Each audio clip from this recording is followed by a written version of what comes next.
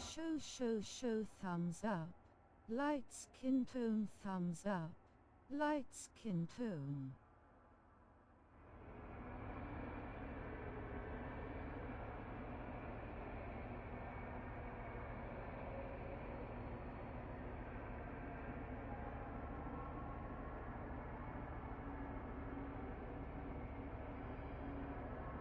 Hello brother Ayub.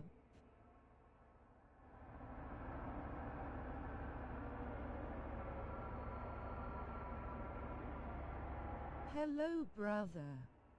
25.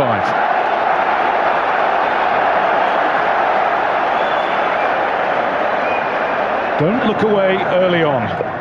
Manchester City scored after 12 seconds here 2 years ago. It was on this day in 1997 that Roberto Di Matteo scored for Chelsea after 43 seconds. And Palace have scored inside 8 minutes in each of their last 3 games against City.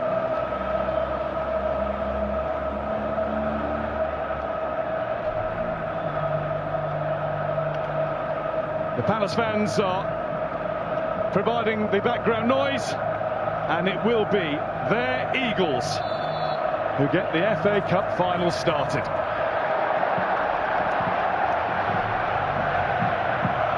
As usual, all eyes on the formations. We know what to expect from Crystal Palace.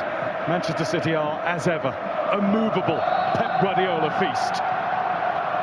There's an early stoppage here. A blow suffered by Josko Guardiol. Ismail Assar was jumping with him, and unfortunately they went head to head, and that will have hurt. Good evening, or good afternoon everyone. I think we should be in for an absolute cracker this afternoon, I really do. Just because of the way both teams play,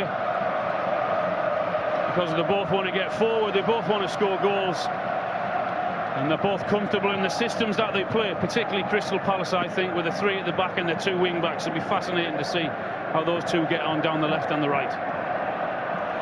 Immediately with City, we can see that Nico O'Reilly, as expected, is going to be the player who pushes on into midfield most often. And he's played a ball in between Marmoush and Haaland there. Tyrick Mitchell will tidy up for Palace. Interesting that in the FA Cup final, Pep Guardiola has chosen the moment to play Marmoush and Haaland and De Bruyne in the team all together for the first time. It's a very attacking lineup, isn't it? Marmoush taken out by Mark Gahey.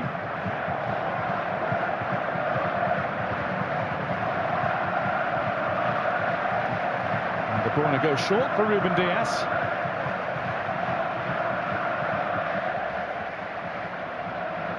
Here's Nico O'Reilly. What a season he's had. His breakthrough season with the first team squad, and he's shone particularly in the FA Cup.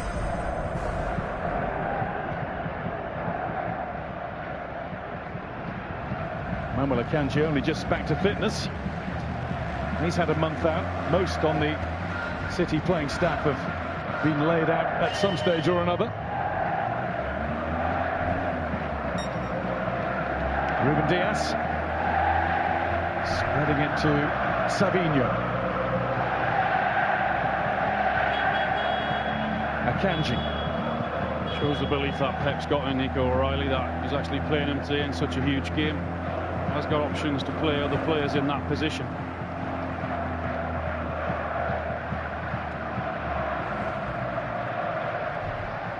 Dias. Now Akanji.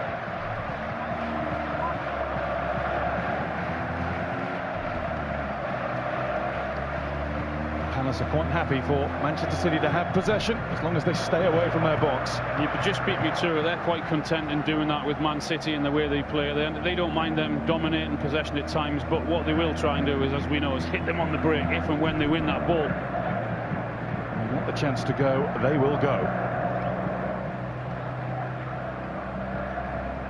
Savinho.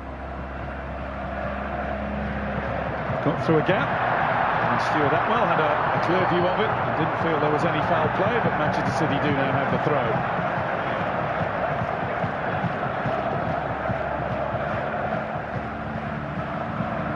According a couple of Japanese reporters out earlier on when we asked them if Daichi Kamada was going to be the first Japanese player to play in the FA Cup final. We've had it confirmed.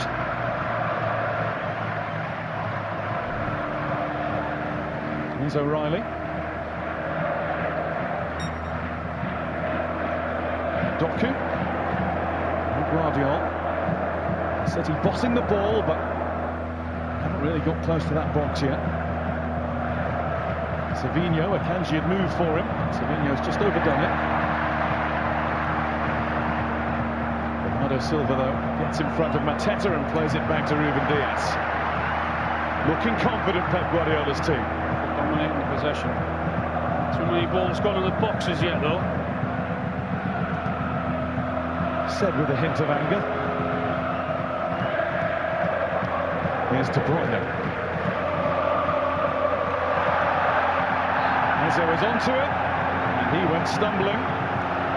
Stuart Atwell gives the decision and at the same time goes across and has a quick word with Akanji. Well, that's what they want to do, Crystal Palace. They want to sit and be patient and win the ball exactly like that when that happens. And the Palace Ultras are getting into top gear behind the goal that their team is defending. Well, there's only, what, 5 minutes gone, but Savinho's had it twice on the right side and Doku's had it once on the left-hand side. And as I said before the game, when I was having the chat to the guys, it can be so frustrating if you're a forward. Make a point, at least put one ball in. Then if you have to run with it, I'm not saying every single time you have to do it, but at least you make a point that if you're going to get tight to him or you're going to stand off me.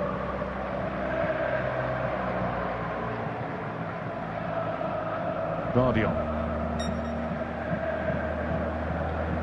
Diaz. The pattern continues. Lots of possession, but from a Palace point of view, it's safe.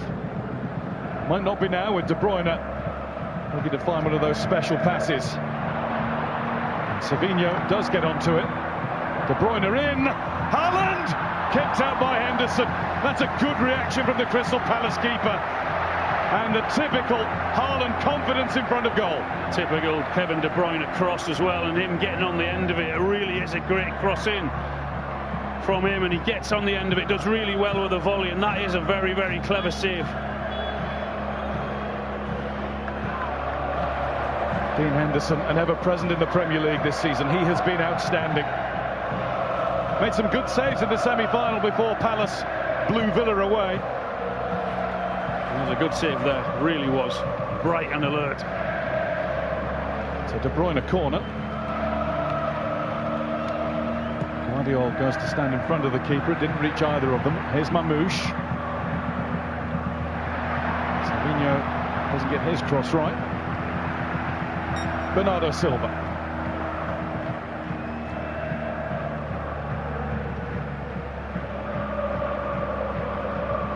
Guardiola. O'Reilly. Henderson just has to watch it carefully. In fact, he's carried it behind. Maybe a slight misjudgment by the keeper there. Yeah, it was. It was actually going out, wasn't it, for the goal kick? Although he just could have left it. No one behind him. Very difficult when he's running backwards towards that line to keep that ball in. He's giving the corner away. To play on a Sunday night BBC football phrase, that's one good, one bad from the Palace goalkeeper.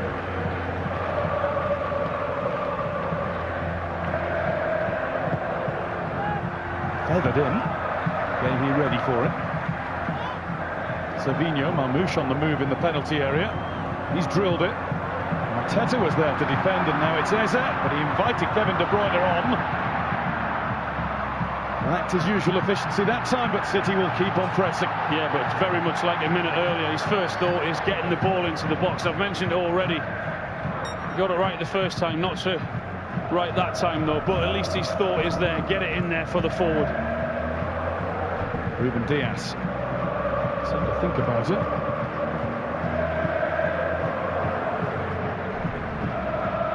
Guardiola. It's Richards who comes across and beats Doku to the ball. Kamada. It's a good out towards Mateta. But Akanji's sorting him out.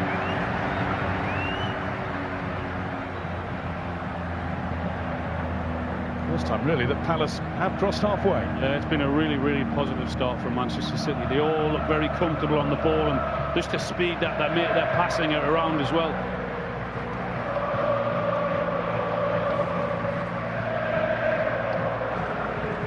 De Bruyne.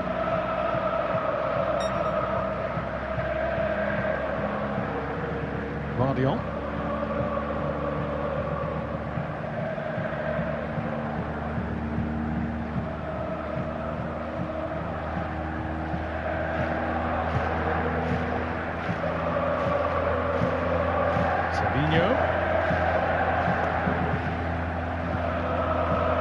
This one's making non-stop noise, but they're being joined now by City fans giving their backing, trying to push their team ever further forward.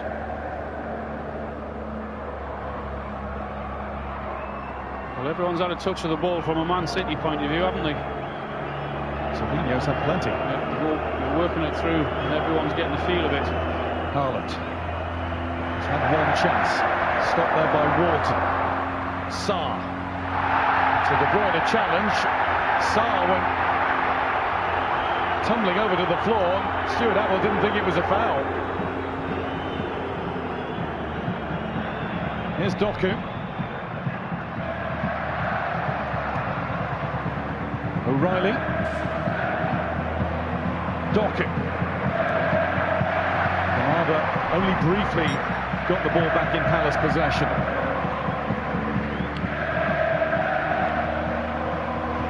Kanji. Savinho testing Mitchell, who plays it behind. City corner, City keep coming. Yeah, and there's one or two, particularly Sarr having a little pop with the referee there because he thought it was a foul. The referee was having none of it.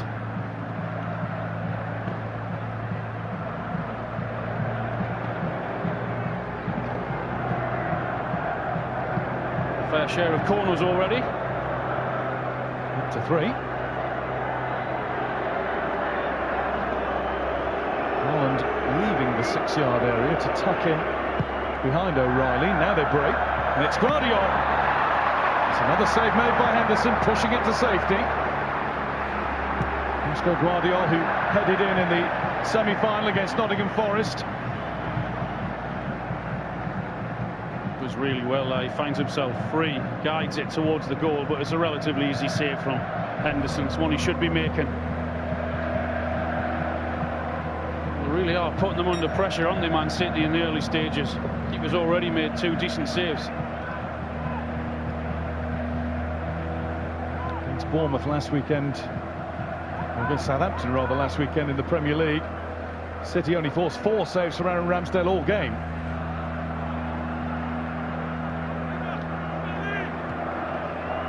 Doku to Guardiola and Ruben Dias.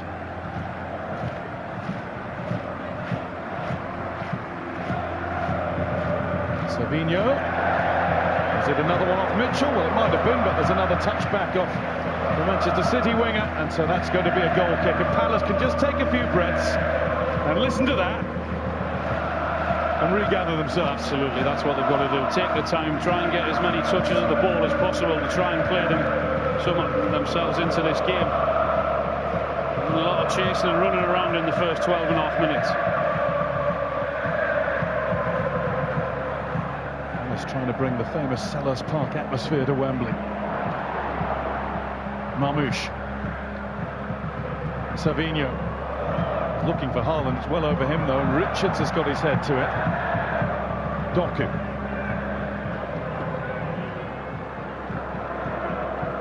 Bernardo Silva.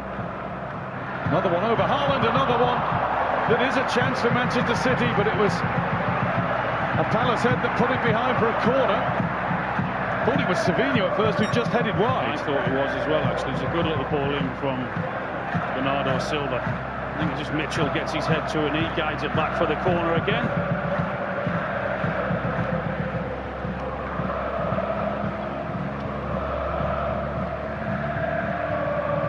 Something different. Haaland's gone to the near post. And it's just over the bar.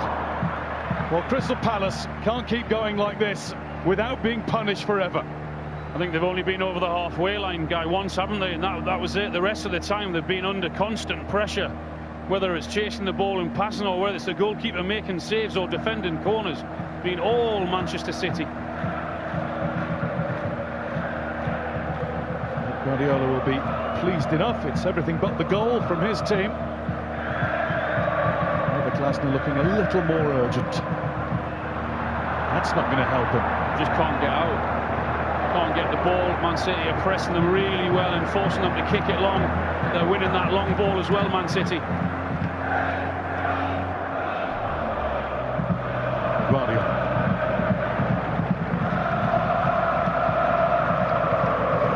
Savinho. De Bruyne.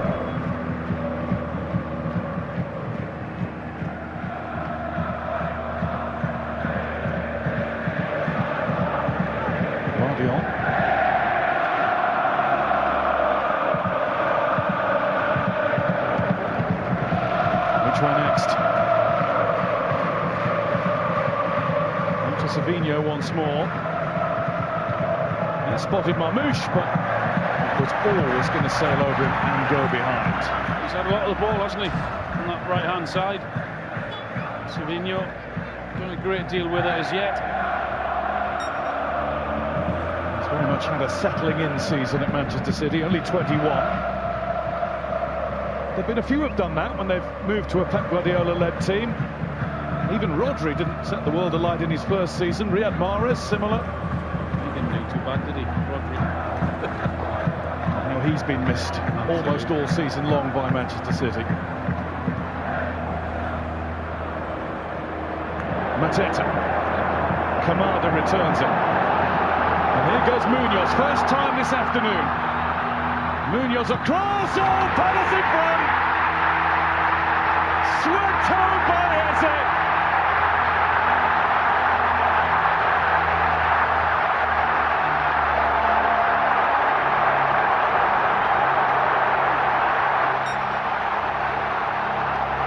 That really is an incredible goal. It's only the second time they've been over the halfway line.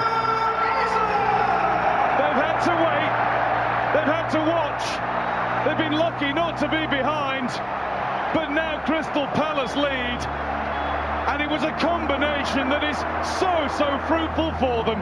Munoz with his pace and direct power down the sides, and Eze with his unerring accuracy in the middle, and the link man was Mateta. It really is an impressive goal. The ball up to Mateta, the centre-forward play to hold it up. Then the running off the ball from Munoz. Then the quality to pick his head up and pick the right pass into Eze. And could he finish it off? Absolutely. Keeper's got no chance. That is Crystal Palace in a nutshell. From back to front, punishing you. Almost as though Oliver Glasner had planned it this way. What a run of form he's having towards the end of the season. What a goal he's just scored on the greatest stage. Crystal Palace 1, Manchester City 0.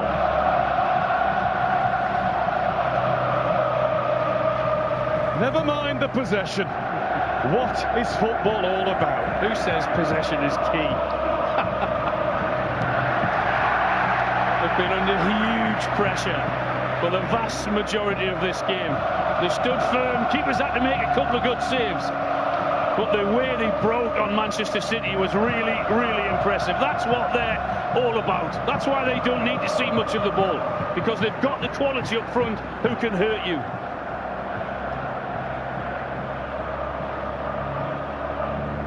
Here's Josko Gvardiol. Marmouche. Now Doku. Palace will set themselves once more to start the job again. So will City. It's O'Reilly. It's Marmouche, and Richards was standing on his toes. That was the first time that Crystal Palace could do what they wanted to do because of the pressing of Man City. They were able to knock it long, and Mateta keep hold of that ball and protect it and wait for someone to run off him. And we know that Munoz is absolutely fantastic at that. And he'll keep on doing that all afternoon. He's a player we didn't really talk about too much in the build-up. We have plenty this season, but Munoz is it's like a greyhound with the traps open and off he goes. He just doesn't stop. And he's going to do it all afternoon, he really is. They're getting a little bit angsty just outside that Palace penalty area. They're trying to get away again. Munoz stopped by Guardiola. Wharton tries to find the pass. He's found it. Mitchell to Eze. Kamada with a forward dart. The ball into the middle is behind Mateta. Have it back, Eze. Now Munoz. Pinged in again, and Ortega has to save it.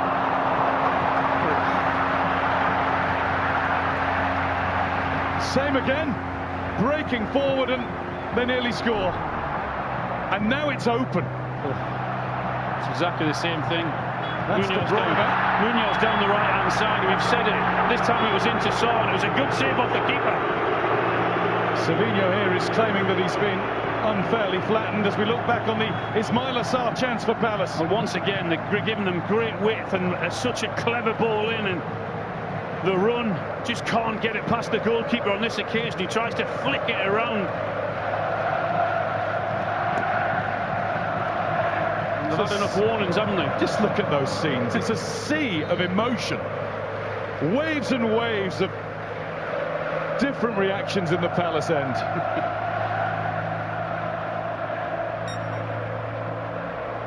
Bernardo Silva.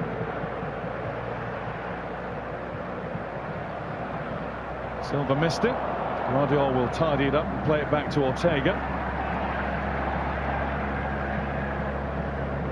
A couple of notes of caution for Palace in both the 1990 and 2016 finals against the different opposition from Manchester. They were in front. They didn't lift the cup. And Manchester City have won from being 1-0 down in 3 of the last 4 rounds this season.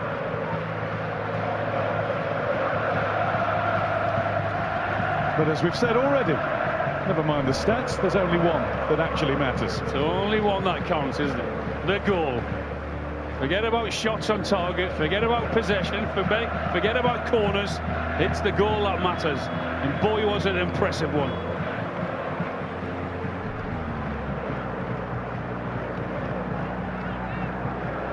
Akanji.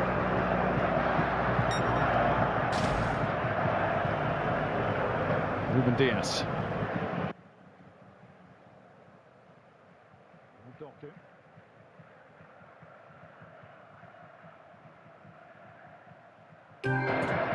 Guardiola. De Bruyne.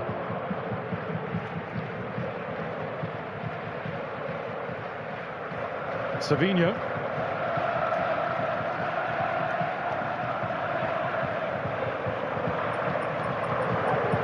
And there is the possession stat.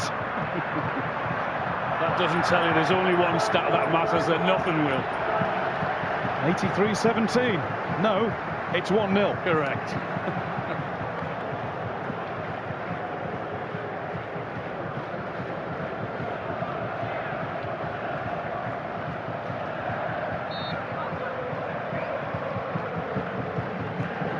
Plenty in there, feeling glad all over for now. Munoz is free again. Found by Sarr. Couldn't pick out Mateta, but Eze will carry on. Kamada's got loads of room, left edge. Joined now by Savinho to mark him. Well, we've said it 3 times already this afternoon. I wonder how many more we'll see it. Munoz down that right-hand side, giving Crystal Palace width and whipping balls in.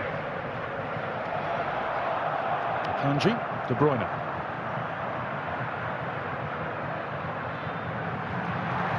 Guardiola. Haaland charging down the middle. Just a little push, but he's managed to get to it and take it away from the palm of Henderson. And now here's Marmoush. Doku wants it left. Marmoush hangs on, too long. Keeper was caught in 2 minds, Henderson. He didn't know whether to come, clear it, wait for it to come into the box and try and pick it up. He did neither in the end and nearly got done. And here's Guardiola being chased and indeed overtaken by Sarr. And Guardiola is pretty quick himself. He's going mad at the ref. He wants to throw in the other way. He's decided he's changed his mind. Tell you what else might be looked at. Was this handball? That is really tight. If he does touch it, or does it Haaland that touches it? Yeah, he does. He flicks it away, doesn't he?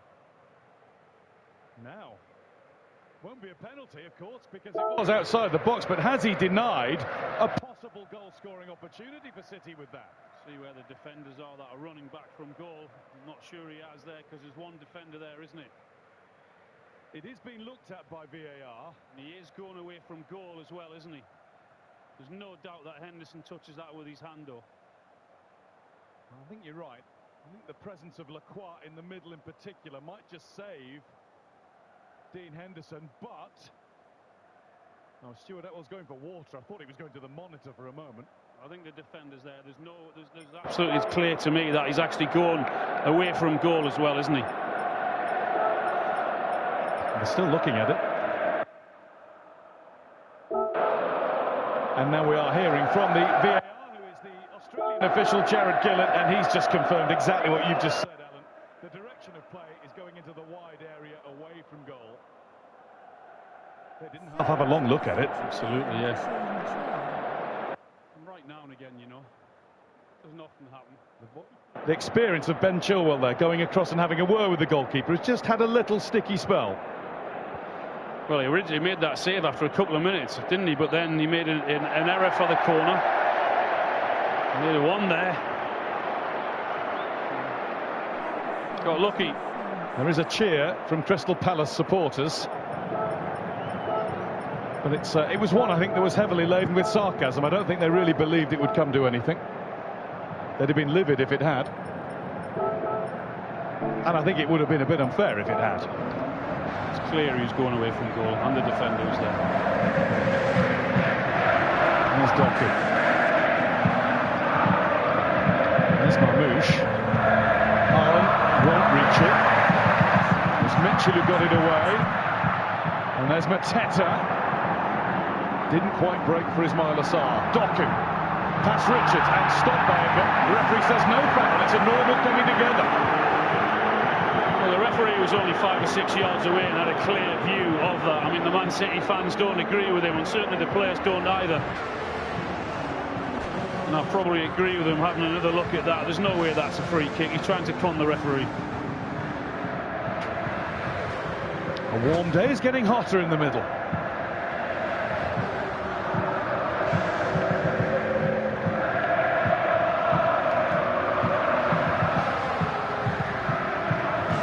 Henderson. It's the towering Ruben Diaz, but it's come to Kamada. Akanji just caught on his heels at first, but he's recovered to get in front of Mitchell.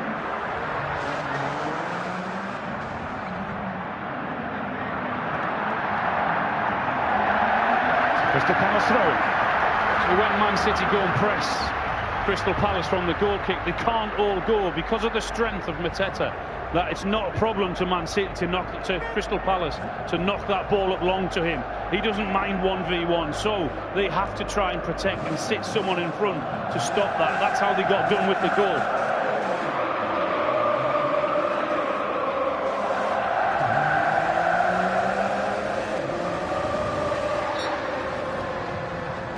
He's going to launch one. Too high for Haaland. Riley hasn't properly got it clear. That was Wharton, straight back into the crowd. Richards. And straight to Savinho. And Manchester City have a throw-in. Pep Guardiola plays the role of ball boy. Got a throw like that, why not use it? It's a dangerous weapon at times.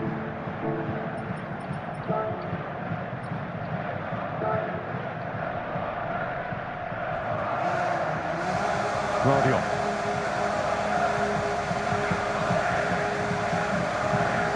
Once again, Savinho's got plenty of room. Akanji.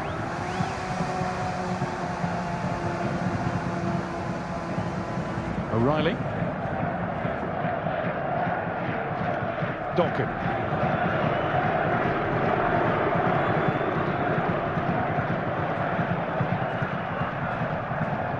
De Bruyne.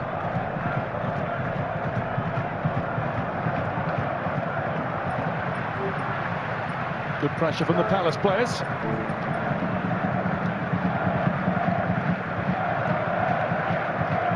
Manchester City try that well-trodden path down the right again with Savinho. Quarter of a yard away from Mitchell. Mitchell did what he had to do. Blocked the trick, stopped the cross, goal kick. He's done that really well as Mitchell. He stopped him up to now in this game. There's that ball in the gate for Eze. It's a great finish, the way he guides it past the goalkeeper. Just got to get it on target because the pace is on the cross. It's a great connection. Times it to perfection, the run, he really does. When you make that run, you're hoping and praying that you get the correct ball in. Not everybody was happy with it.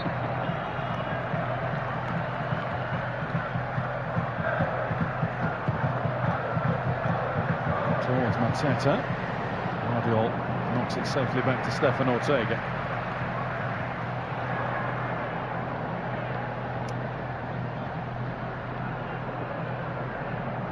De Bruyne.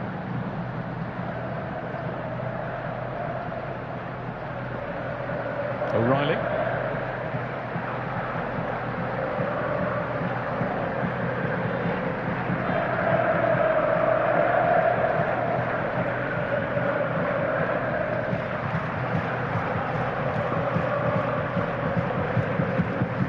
It's Guardiola.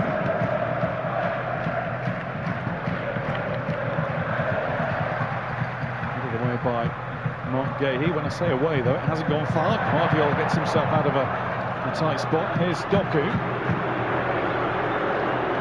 Doku couldn't beat his man. O'Reilly takes over. Doku has another go. Richards nearly lost it, but it's bobbled back to Henderson. No panic though, was there? They were trying desperately not to give a little trip away or anything in the 18-yard box. You've got to be so careful. The trickery and skill that Doku has. But as yet, it's all shimmy and no shine. Yeah, it's from both sides.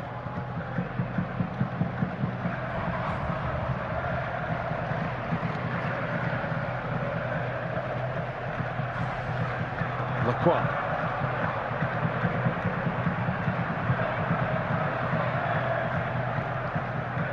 Towards Mateta. De Bruyne gets in the way. Savinho wins it away from Eze.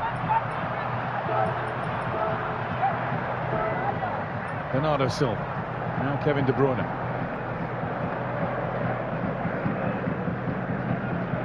There's a really impressive discipline to Crystal Palace.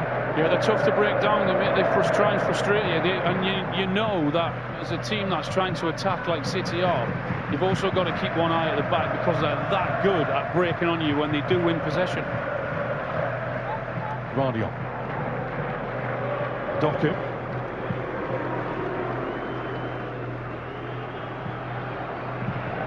Ruben Diaz. Haaland trying to get the jump on Richards. Richards did enough. Mateta, arms around him from Diaz. In goes Mateta again. And the referee does rule that that's going to be a foul, and it's going to be a free kick for Manchester City. I think it was Walton who caught De Bruyne.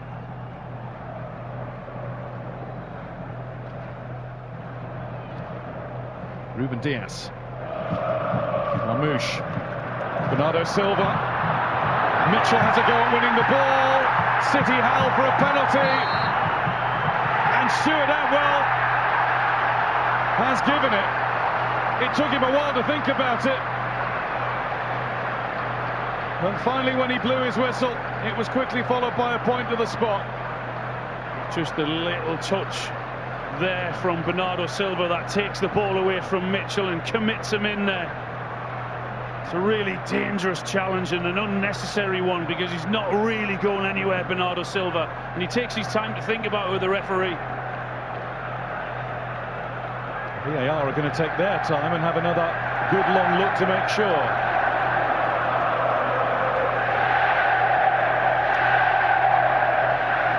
Whilst that check is going on, Erling Haaland has got the ball tucked under his arm.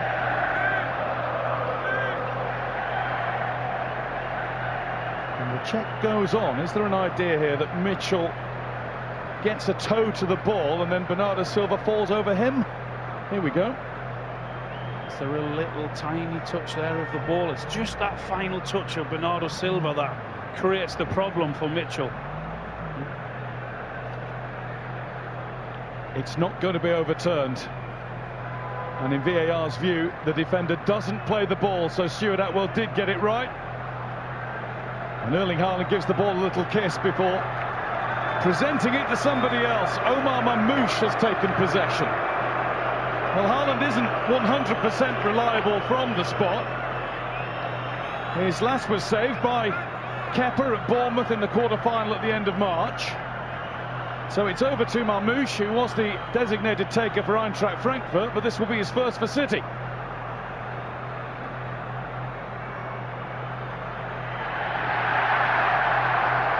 Crystal Palace have only conceded one goal all FA Cup run. That was against Millwall in the 5th round. Now, in the final, Omar Mamouche against Dean Henderson to try and level it up.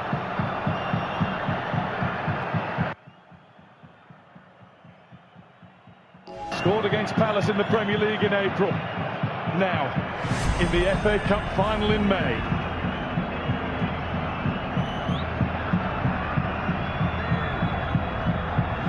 He's had a long time to think about it and prepare himself for what he's got to do.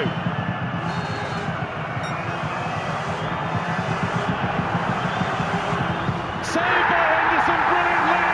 Haaland tries to play it back, and the goalkeeper's under the ball again. That was glorious from Dean Henderson. What a save that is. He doesn't fall for the bluff beforehand. He's in control of that situation, the goalkeeper. And he guesses right, and a big, strong hand to keep that out. And it really is an impressive save. Then he gets up really quickly again. Out comes Ortega. And that is a big decision from Erling Haaland as well, not to want that penalty. Not to want it, or order to pass it on. Well, if he's fit enough, he's on the pitch, he's starting the game, so it must be mentally that he's either said he doesn't want it or Pep doesn't want him to take it. That is a big surprise to me, though. Only 4 out of 7 this season. Mamouche is now 0 out of 1 in a Manchester City shirt, as O'Reilly puts it in. There's Wharton. Mamouche thought he got it far enough into the corner with enough power, but Henderson read it. It was a cat-like spring. It was superb goalkeeping. Clever save, it really was. He was quick along his line, he was strong with that right arm. It'll take an awful lot to displace Jordan Pickford from the England team, but Thomas Tuchel's watching today, and he will be a big admirer of Dean Henderson, who couldn't be after the season that he's had. He's had an interesting 36 to 37 minutes, hasn't he? But that is a huge save, it really is. I can't remember your penalty record straight off, but as a number 9, yeah, you don't pass it up, do you? No matter if you miss the last one or two. Not at all, not when you're in his position. Erling Haaland, who and what you are. I mean, he scored 30 goals this season. I'm only speaking from a personal point of view, but I wouldn't be prepared to give a penalty up in a cup final, no chance. Here's Guardiola. Come to that, I wouldn't give one up in any game, let alone a cup final. Take goal kicks if you could.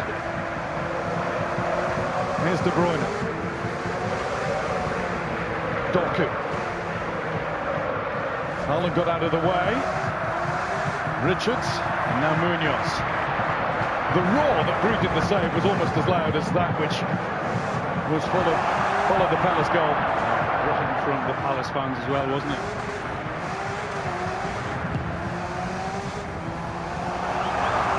Guardiola has to get his skates on.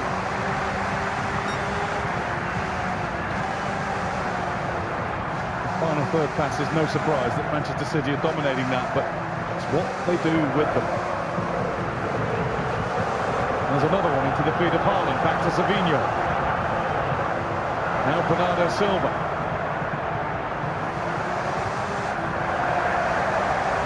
Mitchell.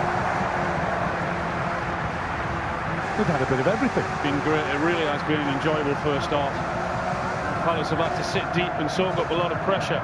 But Man City know when they get the ball, they have to be aware, and be aware sharpish because of the pace that they can hit them with. And that was the goal. It summed it up perfectly what Palace do. Here's Guardiola. O'Reilly.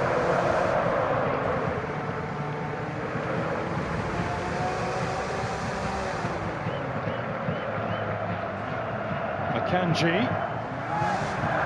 Nobody's going to benefit from that. Doku's trying to make Munoz work, but it will now be a Crystal Palace goal kick.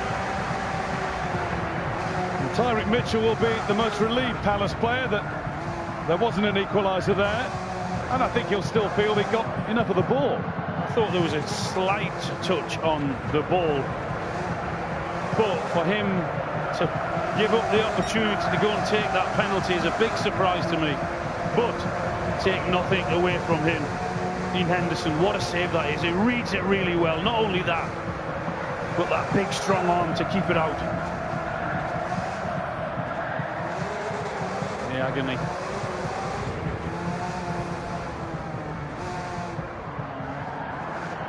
Diaz. Bruyne to O'Reilly. Looking for Savinho. Mitchell's watching the ball carefully. Kamada.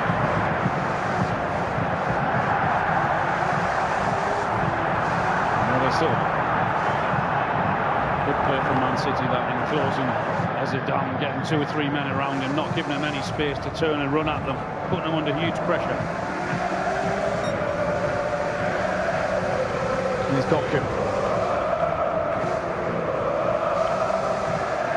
Ruben Diaz. Towards Haaland. Richards there. Ruben Diaz, and Mateta is causing him a problem. Kept the ball brilliantly away from De Bruyne. Now the cavalry's coming. Guardiola's been caught by Mateta, and Stuart Atwell will stop the play. He's horrible to play against, Mateta. That's what I like about him. I was just going to say, by horrible you mean absolutely lovely, don't you? Well, you have to be as a centre-forward. You can't give a centre-half a free pass to have an easy afternoon, but that's what he does better than anyone in the league, I think. Puts the centre-halves under huge pressure and doesn't give them a second on the ball. Makes life really, really difficult for them.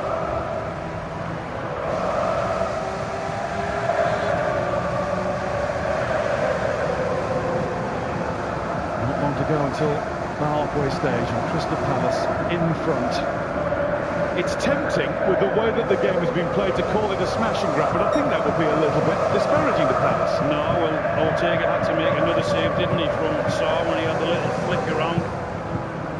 2 occasions, one the goal and one that, but you know they're a threat. They have caused them problems, but the vast majority of play has been with Manchester City, and they'll be kicking themselves that they're not at least levelling the game, because they've had a couple of really good chances with Haaland in the first minute or two, and then of course with the penalty.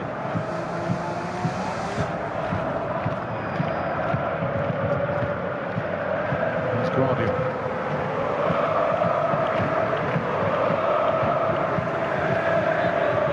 Doku gets away from Munoz. Super save, Henderson. Savinho.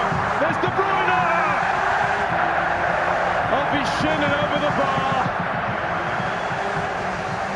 More brilliance from the Crystal Palace keeper. Well, this time Doku does go past Munoz, and he can get his effort away at goal, but they just can't beat that guy there, Henderson. It's a clever effort. Again, it's a good save. But again, he's got his defenders backing him up and fighting and scrapping and winning the headers, what they have to win to keep that ball out of the back of the net.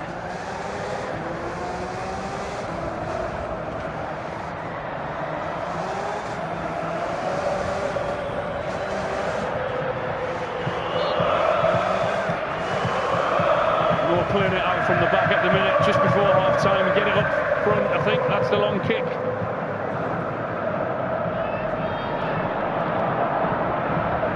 Towards Marmoush. Trying to shake that penalty fairly from his system. He did pretty well there up to a point, but Adam Wharton did better for Palace. Now Mateta, who must surely be offside, and there is the flag. Eze and him got sort of mixed up. He didn't know whether he was offside or vice versa. I think they both were in the end. It wasn't overly friendly from Akanji, was it?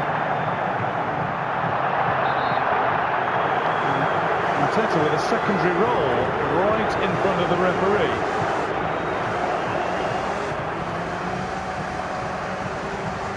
He slapped the ball out of Mateta's hand, and then there's a bit of a shrug. Was it just a strong arm in the back? Let's see. Yeah, it is. Sure, isn't it? It's whether he falls awkwardly or not. On his shoulder. Still down. And he's resisted the attempt of Kevin De Bruyne to pull him back to his feet.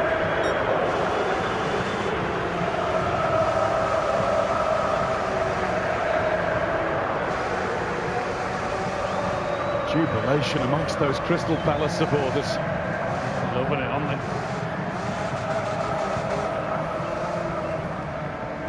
De Bruyne.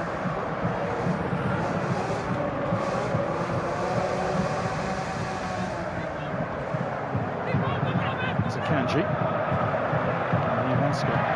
Slightly away from Mitchell, back at him to stop the cross being a dangerous one. The referee's going to give a free kick. In fact, he might as well give two here.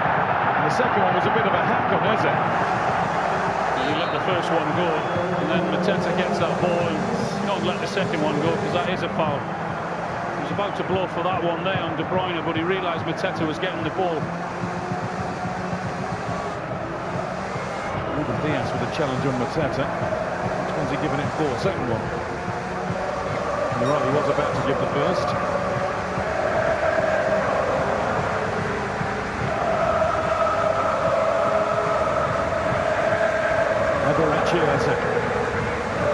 He and Dean Henderson, the stories of this first half. Eze's 25th goal, involvement of the season, 13 scored, 12 assists. His best season yet. This might be his best day yet. There's a way to go.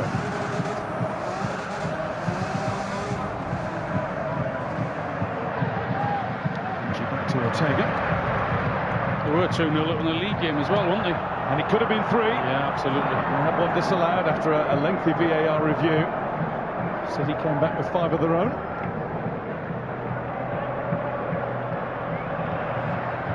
Ruben Dias. Haaland. Richards will get his body in between ball and O'Reilly to shepherd it out of play. Haaland can do with that ball when it's coming from that angle and you've got a couple of the defenders around you at that height. It's not a great angle for a cross or a ball to come into you.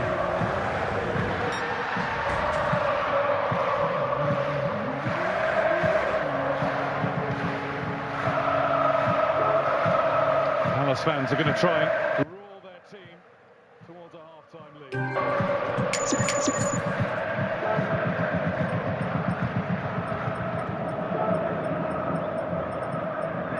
Richards.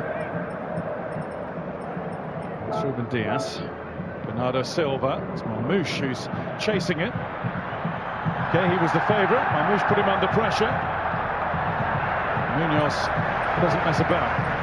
You can't mess about with this stage when there's only, 45 or 50 seconds to go. You just got to get rid of it somehow. Try and keep that clean sheet going into half-time, and that would be a good half for them. Nico O'Reilly.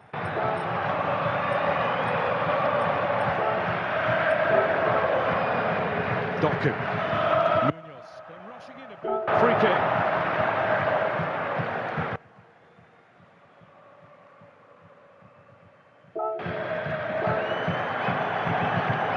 Bernardo Silva. Kanji to Savinho. Well, he's got to get the. I was going to say he's got to get the ball in this time. There's not long left. Kanji finds O'Reilly. Didn't get any proper connection. Booted away, and that will do it for the first half at Wembley in the FA Cup final. Manchester City with all of the early pressure. Dean Henderson tested, and then Eze swept in quite magnificently after a breakaway with their first meaningful attack of the game. We then saw Henderson save an Omar Marmoush penalty. It's been some half, but Crystal Palace have the edge at half-time. What an extraordinary 45 minutes or so of football that was. I mean, for all their domination of Manchester City, they go in trailing by a goal to nil at half-time. Whatever are we going to find to talk about here, Wayne? It's been some half-handed, lots of instances, and I think Palace deserve it. I think they've looked dangerous on the break. I know City have had a lot of possession, and they haven't really caused that many problems. I know Henderson's made, obviously, the penalty save and another good save, but I don't think Palace deserved it, but I think they did well to stay in the game. I think in terms of possession, Man City 8% possession, the chances they created, but they stuck to the game plan in terms of Palace what they wanted to do. Before the game. This is how the game is going to go. This is what this obviously the way they're going to play. This is exactly what they've been expecting. Yeah. And then, can you take the chance when you break? Here's a stat for you. Ruben Diaz has had more touches than made more successful passes than Crystal Palace. Wow. Yeah, but it's a whole team. I think it's 1-0. When you looked at the first 15 minutes, City were dominant, and there was a little bit of a worry that Palace couldn't get a foothold in the game. But I think it's something they've worked on this week.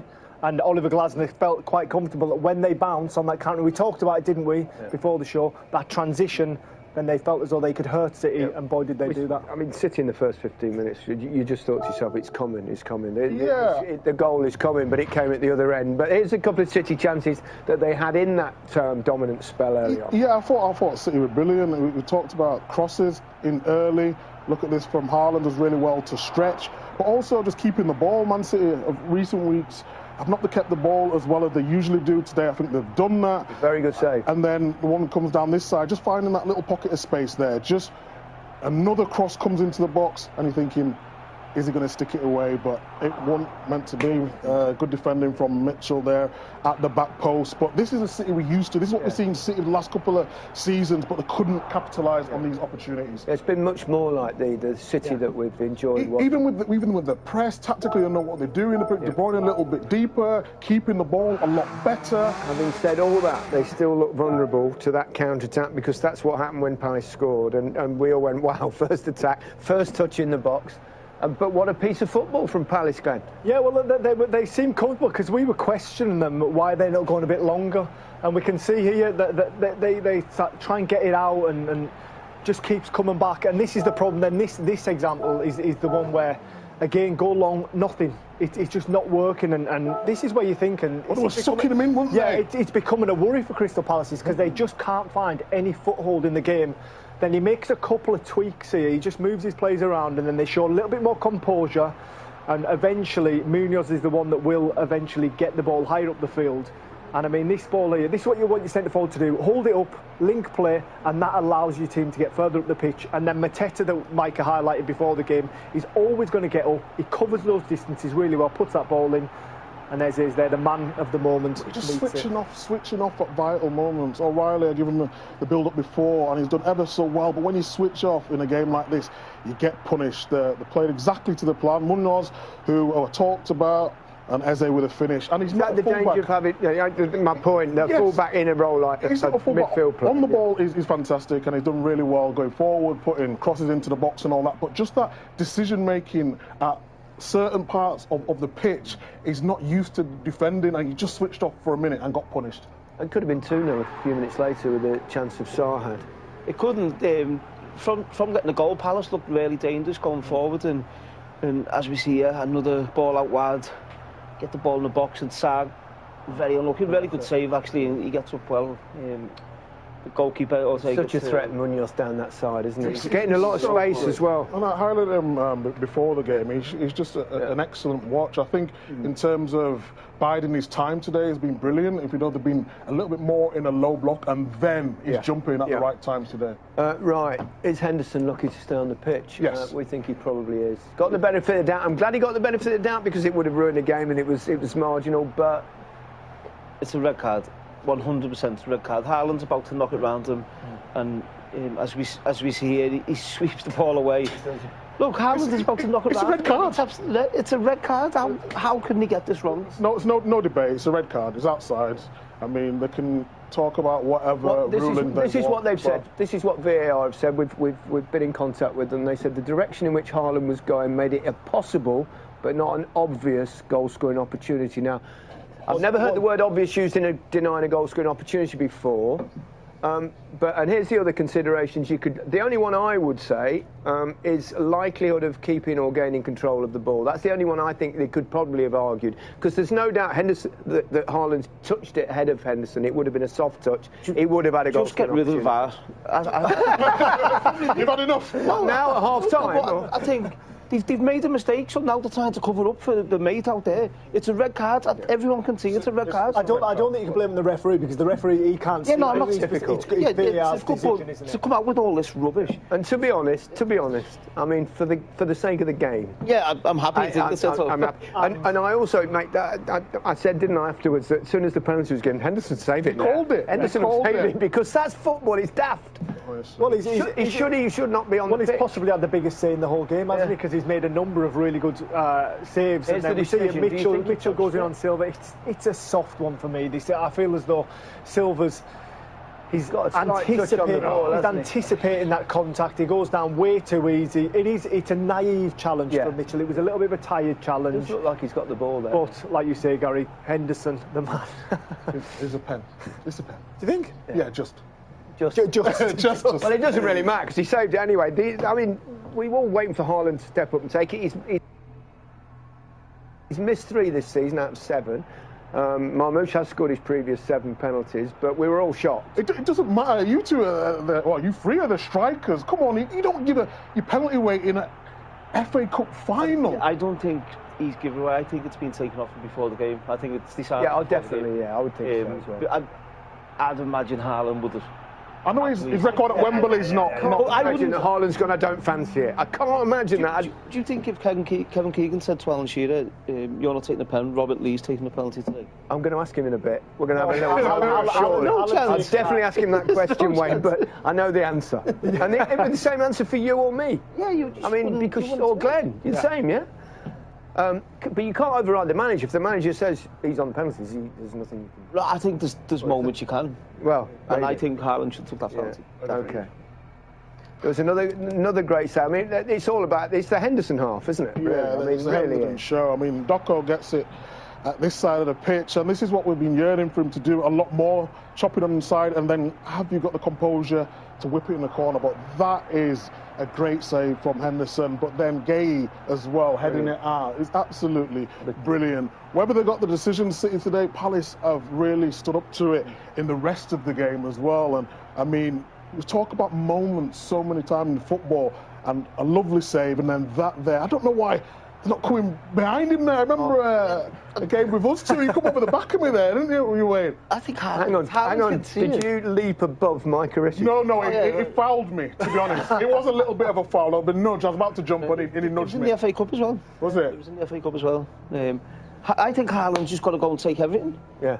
I think he can see it. He's got a little bit of distance. Go and take everything. You can't take everything when you're not taking the penalty.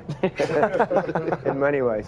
It's going to be a cracking second half, I suspect, and a very nervous one for Palace fans in the next 45 minutes or so. The Women's FA Cup final takes place here tomorrow and kicks off a huge summer of women's sport. We've got an epic summer of sport ahead of us. These names are going to be everywhere.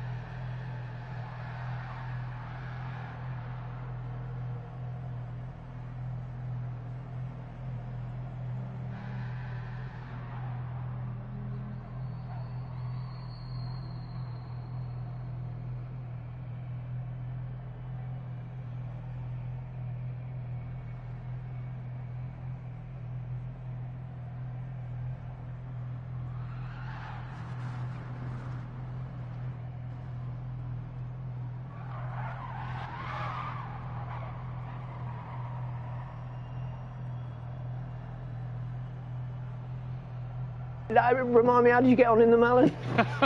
Next you question. thought you were getting away with it this week, but no chance.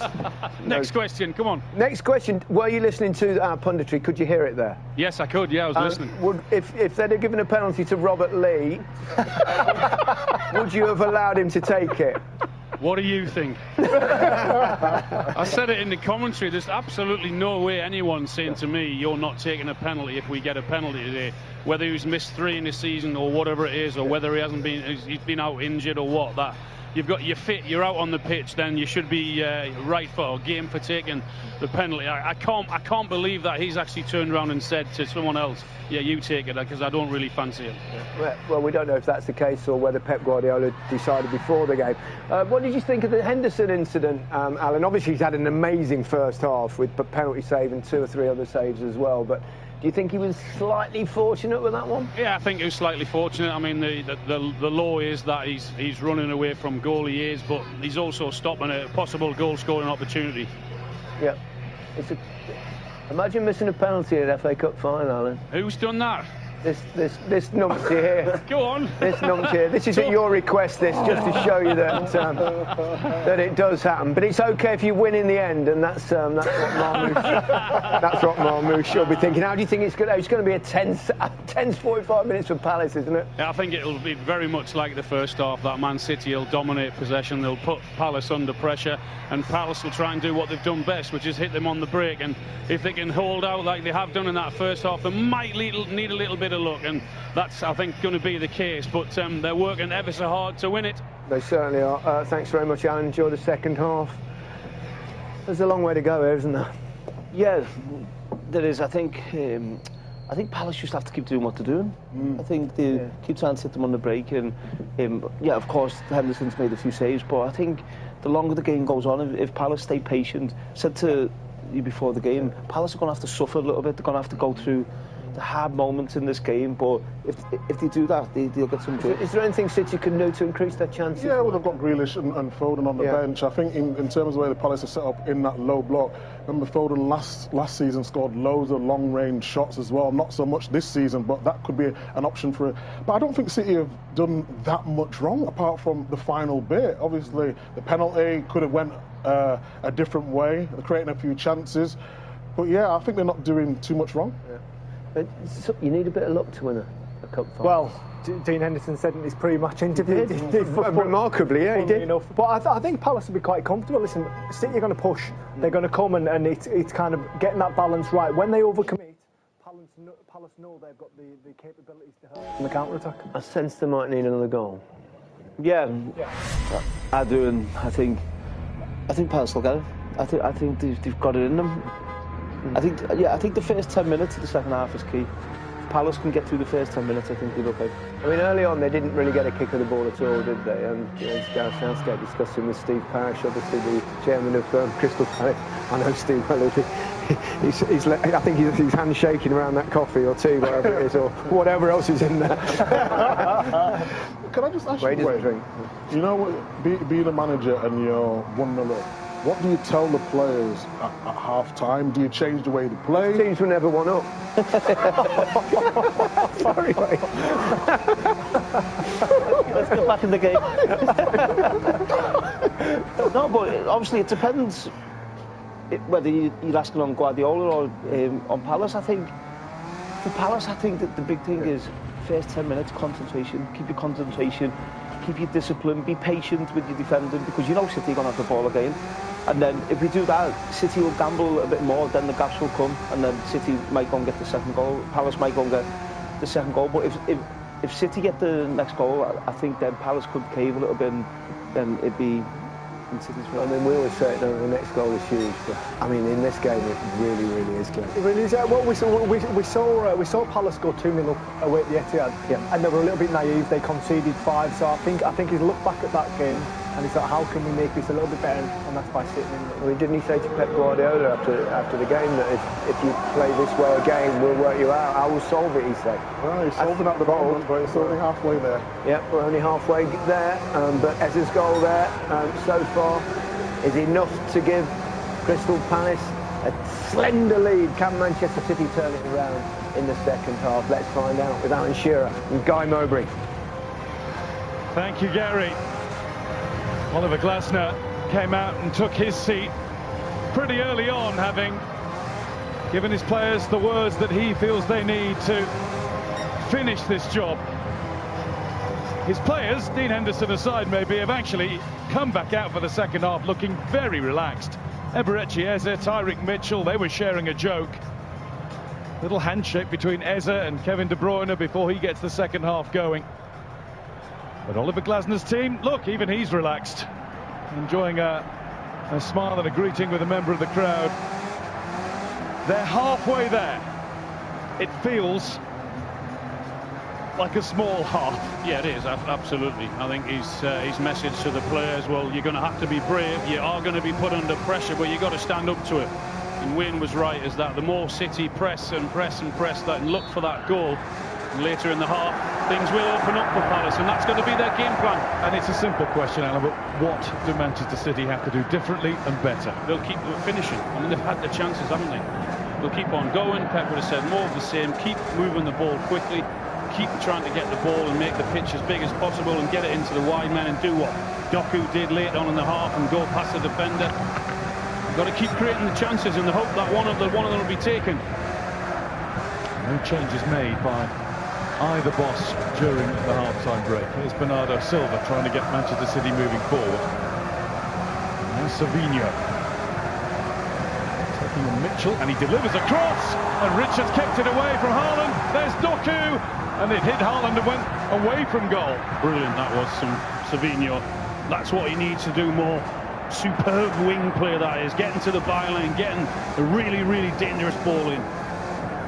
We've talked about Munoz and Henderson and obviously Eberechi Eze, but Chris Richards hasn't put a footer ahead wrong. Done really well, had to be strong there, didn't he? Knew he was under huge pressure. He could be, along with substitute keeper Matt Turner, the third and fourth Americans to lift the FA Cup after Tim Howard in 2004 and Julian Sturgis. Heard of him? 1873, playing for Wanderers. You have been doing your homework, haven't you? Apparently he was a novelist and playwright too. Look forward to your first opus. There's a Kanji. Savinho gets away from Mitchell again. This time it's a low ball and Richards is there once more. You see the anger in Savinho, and rightly so, because he's gone past him twice in a minute and put two great balls in and no one's got on the end of it. O'Reilly wanting to find Haaland. That time he's thwarted by Lacroix. City claim a corner. Palace get a goal kick. There's the first ball in where he actually dinks it to the far post. Richards had to get a touch on that. You can see Haaland climbing, coming for it. Brilliant defending. At the height that Haaland's getting as well. Chris Richards from Birmingham, Alabama. Birmingham, Alabama.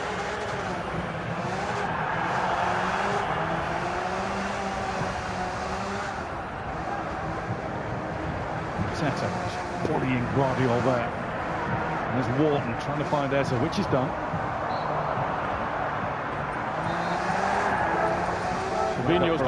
Savinho's done more in the first 3 minutes in the second half than he did in the whole of the first half. He's gone past the defender Mitchell twice and delivered two great balls in. I think they were playing a recording of your voice in the Manchester City dressing room at half-time to the wingers. Here goes Savinho. Is he going to cross early this time? He does. Over Haaland. Here's Doku again. Doku misses the target. But there's an extra bit of intensity about Manchester City's forward play now. Particularly from the right-hand side, and we mentioned that guy Savinho. That's the third time he's got a good ball in. This time it falls to Doku at the far post. He just tries to curl it in that far corner. Already they're under pressure. Doku a scorer in the final late on a year ago, but too late for Manchester City. They were already two behind to United.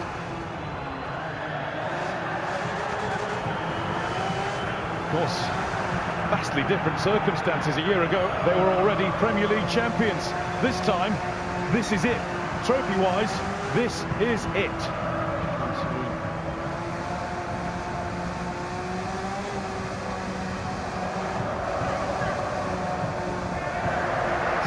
passes out to O'Reilly.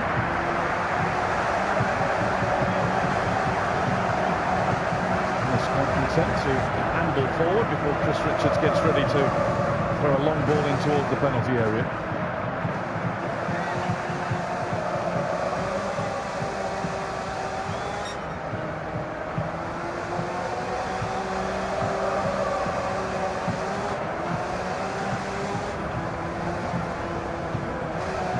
That'll be Manchester City's first point of concern. Where's Eze?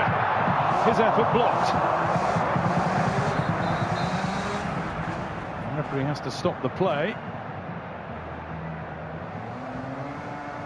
He's had his hands, hasn't he, Eze? He thinks that's a really good opportunity. I mean, that is such a weapon to have, that length of throw, the flick on. That's a really good, timely block. So Kanji got in the way, and then Gay took one flush to the head from Adam Wharton. That's why we've got the delay. Pep Guardiola looks deep in thought, taking the counsel as always. I think he's taking it from Juan Marlillo. City fans burst into a booming rendition of Blue Moon.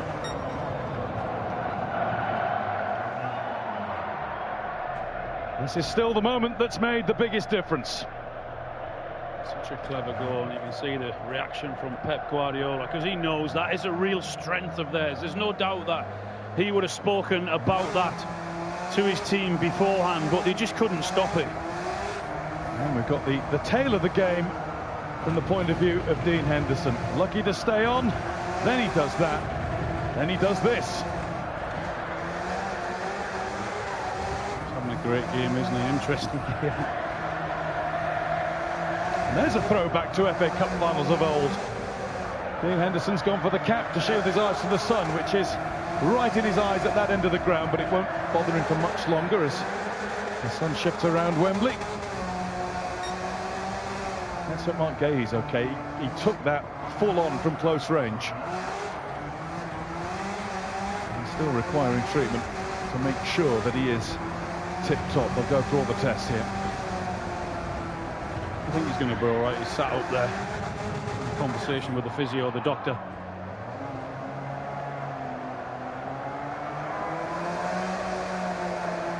Well, Crystal Palace started a 5-year plan to try and transform the club's standing in 2021. They got to the Cup semi-finals in 2022. That was a big marker. Roy Hodgson, of course, has played such a huge part in everything they've done. An argument that maybe they've gone backwards a little bit until this season. Now it seems as though it's all systems go and a bright future. Nick Summerby, not so happy today at the moment. Manchester City great, an FA Cup winner in 1969 with Joe Mercer and Malcolm Allison's great side. Ryan Marwood next to him as well. Ryan Marwood next to him, yeah. And there's Steve Coppell and Alan Smith. Steve Coppell had the Palace post, what, 4 times? He was the manager in 1990. He had the Manchester City job for 33 days. And Alan Smith was the Eagles' boss on a couple of occasions as well. And both men, really important figures in the history of Palace.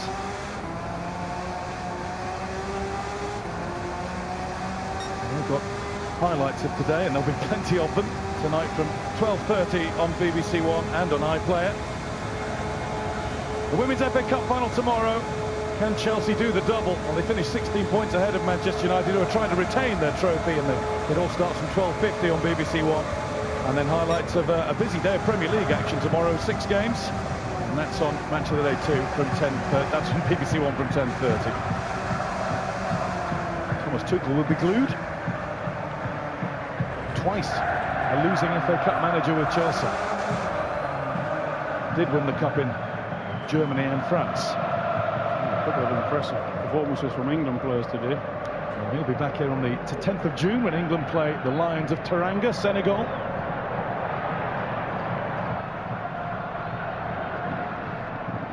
To De Bruyne. And Silva to Jeremy Dokken.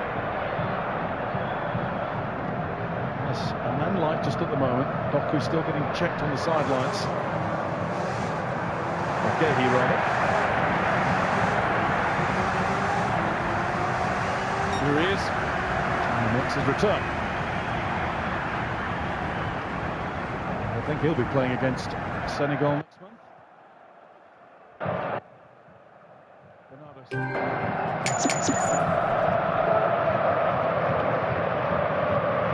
Ruben Diaz.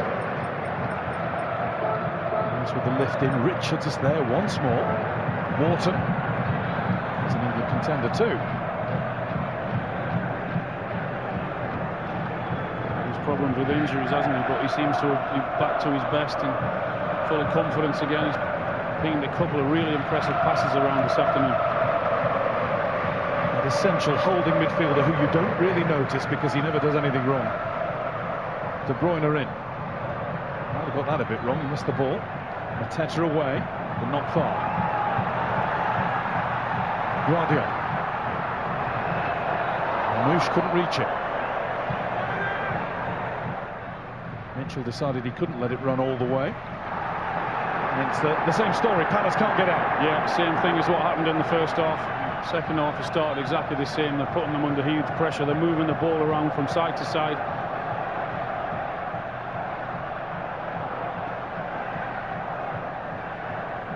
Doku, Bernardo Silva comes back to him, and he's battling away, Bernardo Silva, and forcing a corner. It's good defending by Daichi Kamada. Really good play from Doku, that is. A good run, a good pass, and a clever touch from Bernardo Silva. I just wonder whether he could have gone for the shot there rather than the cross. And now, and we won't see many more of these for Manchester City, a Kevin De Bruyne delivery. Haaland's on the move. Did well to get to that. Haaland once again, and again. Is his goalless record at Wembley for Manchester City going to continue? Well, he had a perfect chance with a penalty, and whether, as I said, it his reason or Pep's, it was the wrong decision because they missed it. But doesn't look 100% fit, does he?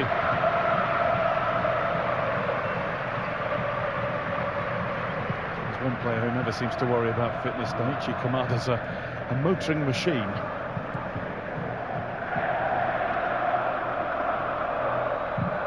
Well trusted and known to Glasner from their time together in the Bundesliga. Cross comes in, looking for Eze. Akanji got it caught up in between his feet, and Ruben Diaz had to bail him out a bit. Just no messing around from Crystal Palace. First thought is get it into the box and try and put those defenders under pressure. And they made a right hash of the clearance, didn't they? It's going to be another opportunity for Chris Richards.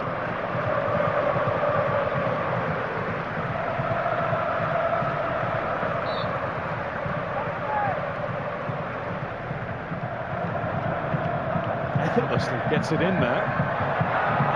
Lacroix got out of the way. Oh, Ortega was wrong-footed, and it's in. Munoz.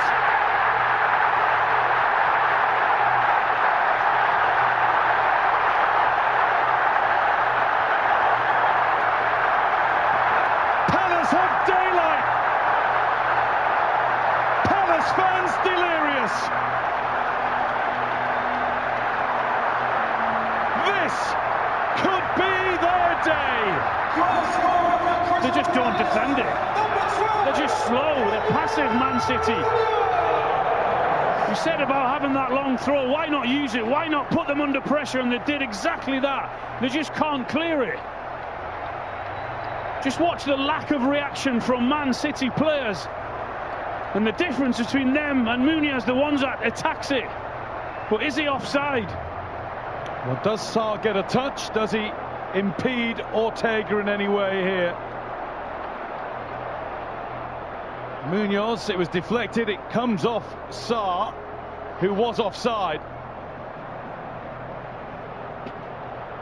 Munoz raced to the ball to make sure he could poke it over the line, but it may be that these celebrations are cut short.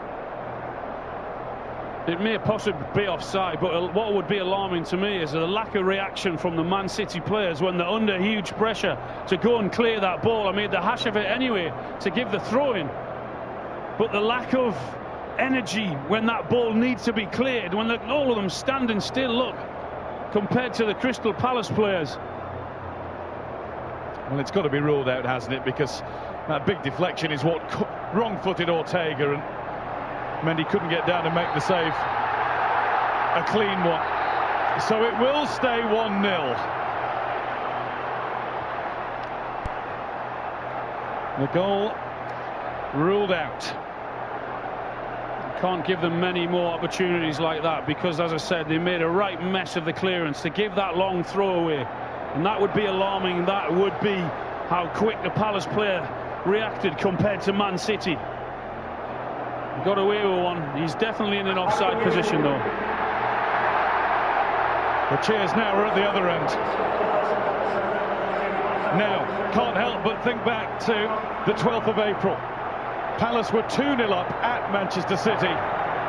They then thought they'd scored a third, and that one was ruled out by a VAR check for offside on what was the first day of semi-automated offside technology in the Premier League. And that was the moment Manchester City switched on and roared. Now, one thing that's had to happen here for City, look at this, look at this. Two of the fitness coaches stroke medical staff squaring up to one another and being forced apart here. Mark Gahey's been taken off. So that's clearly an after effect of presumably some sort of concussion that he was suffering. Now, maybe that was the reason for the furious row going on between the medical teams there. Yeah, he's off and Lerma's on.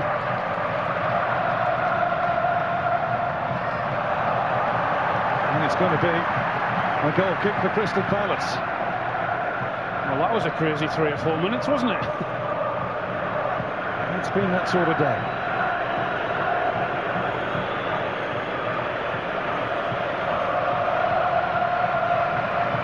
Well, maybe it wasn't the medical team. I think it's Paddy McCarthy was involved, Palace coach, and now they've all calmed down in there and all finding it a huge joke behind Pep Guardiola. Well, nearly all. Paddy McCarthy and the Palace coaching team, a former Manchester City junior player.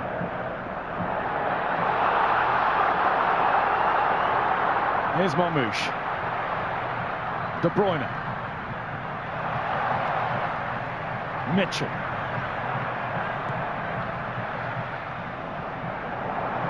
Back with Ruben Diaz. Now it's Gravion. Doku. Probably against the back of O'Reilly. Couldn't adjust himself. Munoz. Whose joy... Well, he'd have enjoyed the moment, if not the outcome. Yeah. He was so sharp onto it, though, wasn't he, that loose ball, the way he attacked it. Guardiola. Asking far too much of Doku, he's not getting to that. Nothing will change from a Palace point of view with Gahey going on and Lerner coming in there. He'll just be like for like, and he'll go into hit straight into Gahey's position. Certainly won't change the system. Paddy McCarthy still stewing a little bit there on the Palace bench. Had a few words with Pep Guardiola, incidentally, on the way in at half-time.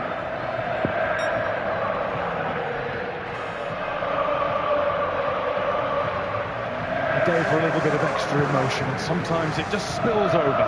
Oh, that's why we love it. It happens. Move on. It's football. Just then you were going to go into pressure is for tyres again. Oh, can't use that line ever again. It's good. Here's a Kanji. Bernardo Silva. Never quite got to number 1, did it?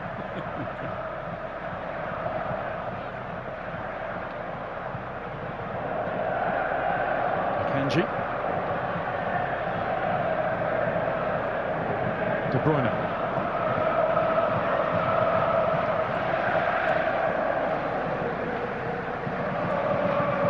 Ruben Diaz. A little bit of a squeeze from Sarr.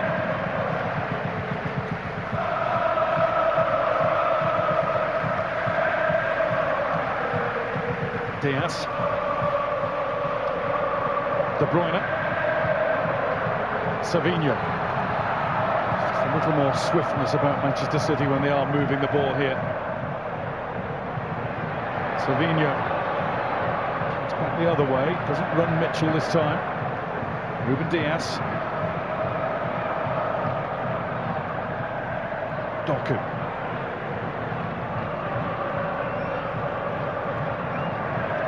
De Bruyne. Savinho trying something a little bit different, but Henderson watched it all the way. Tried the outside of the boot, didn't he? I think the better option would have been the overlap, but Kanji was coming on the outside of him. If he just had waited a split second.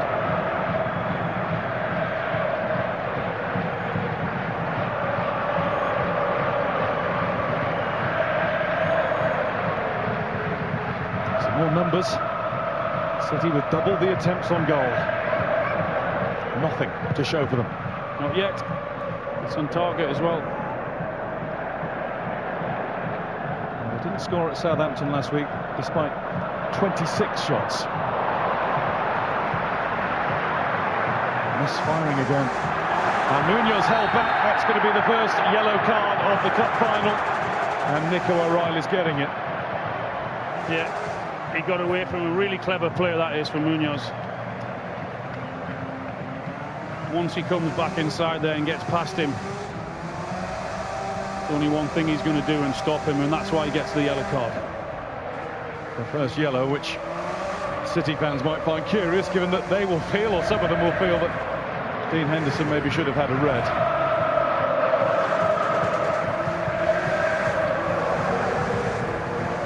Mitchell.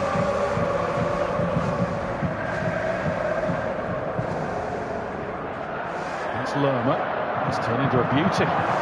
Doku gets back at Munoz, but he's forced to concede a corner.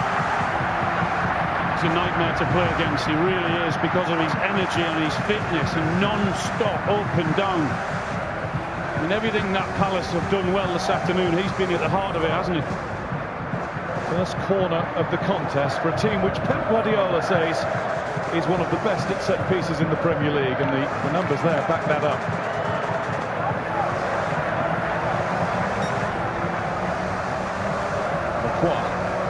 Very coolly wanders into the mix. Scored against Manchester City in December. Richards did it at Manchester City in April. Wharton in. It was Lerma. He's going to have another go.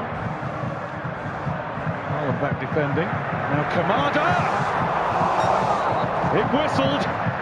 I think it might have been disallowed if that had gone underneath the bar. I think the assistant on the far side had been flagging for offside though, but it was a good effort.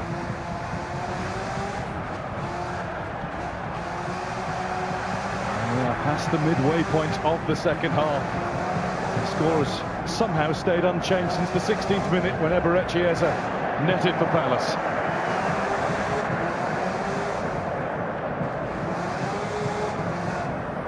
Ruben Diaz. Doku's demanding the ball on the left. Sarr is there to help out Munoz. Ruben Diaz.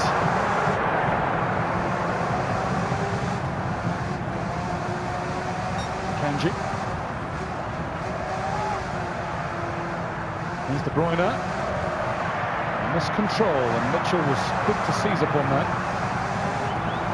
Guardiola's got to be quick and sure-footed to find Ortega.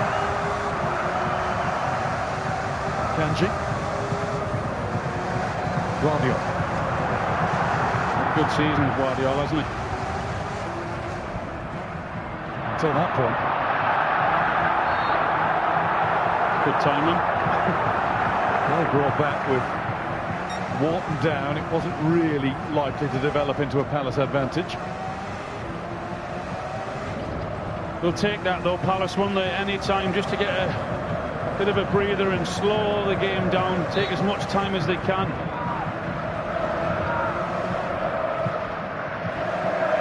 As would team in this position.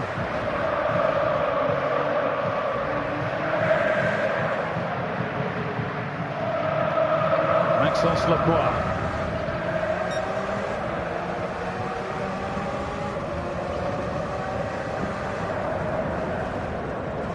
Kamada.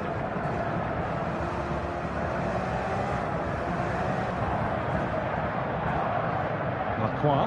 It's a searcher. Well, he just has a glance. Of course, Munoz has made up the ground to be with him. Now there's a scrap.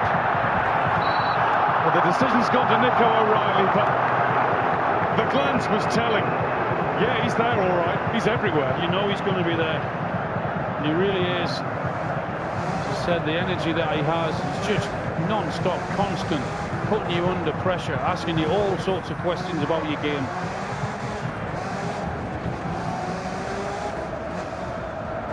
Crystal Palace fans non-stop bouncing.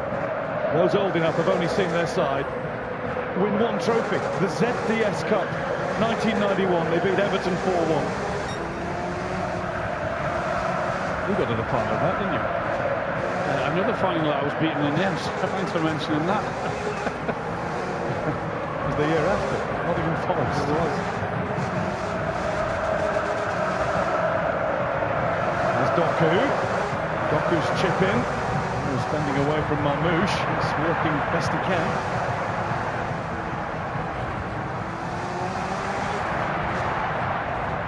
Kanji. Savinho. City throw.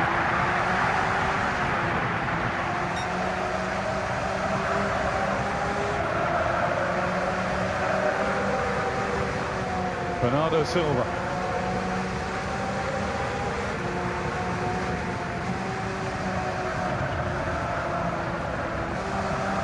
De Bruyne. Haaland. Out with Kevin De Bruyne. Richards has stopped another one. Doku. Ruben Diaz. There's not a lot of space in that box. Diaz.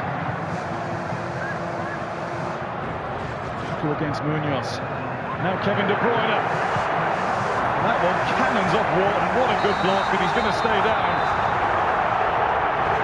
You have to go and close it down. The one guy you don't want to have the ball at his feet and have time to pick his head up and have a look. It's that man, De Bruyne. And he had to be closed down really quickly. It does hit him on the back of the head.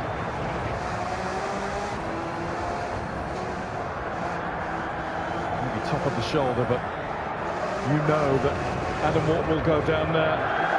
Let's hope he is okay, but Kevin De Bruyne was frustrated by that. A few words with Chris Richards afterwards. The frustration will mount. One look up at that clock won't help it. Surprised they haven't done that a little bit more, you know. When the wingers have got the ball or got the ball into the middle, if they can't do that, then there's no harm in pinging that ball right into the middle, right into Haaland's feet, as they did a minute or two earlier that, with a little try to get a 1-2 with that man there, with Kevin De Bruyne. Now, I know he said at half-time that he would say, carry on as you are and work those chances, but he is surprised he hasn't even motioned to make a change yet. I don't think it'll be long. If it's another 2 or 3 minutes, then he'll have to make a change or two, I think. Phil Foden hasn't scored since January. Today would be a good time to change that. Jack Grealish, who can't seem to buy himself minutes. İlkay Gundogan looks as though he wants to get on. They've got plenty.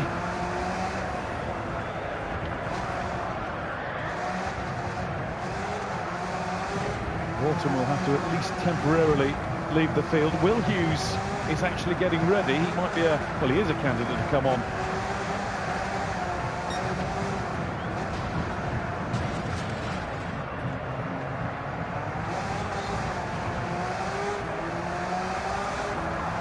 Now he starts with City on the ball. Doku. Guardiola. Good challenge. Holding off De Bruyne. Not fully though. Doku. Mateta only just back to his feet. Bernardo Silva. Savinho. got to be better. That's got to be better, that ball in there. Good opportunity, put them under pressure. You can't waste opportunities. De Bruyne, look at Walton back in the game. De Bruyne gets it in. O'Reilly, another heroic block, this time Munoz. And that's wide from Mamouche. He claims a deflection. There was one. It's a corner. I thought O'Reilly should have got his shot away earlier. Really clever, intelligent pass that is there. Shoot now. He doesn't need to come back onto his left foot. Take a short corner. Doku, De Bruyne, probably his best pass of the game. Bernardo Silva was ganged up on there. Sliding challenge to try and win it back, but all it's done is earn himself a booking. We did call this, that the later the game goes on, Man City are going to have to keep pushing, and that will then open up opportunities for Crystal Palace to break on them.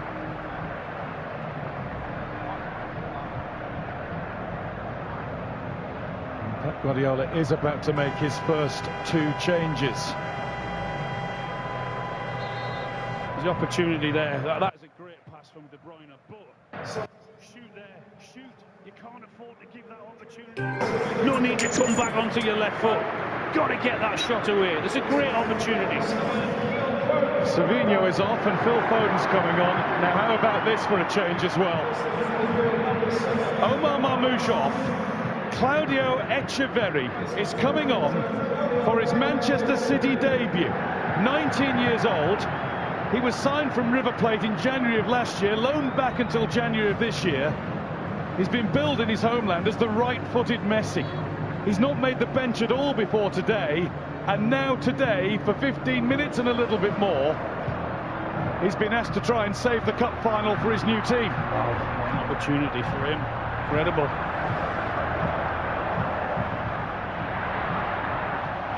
Doesn't get his first touch just yet. Talk about a wild card. Unbelievable. How to go and make a name for yourself. What a chance. Scored 6 goals at the South American Under-20 Championships in January and February this year. He's a player.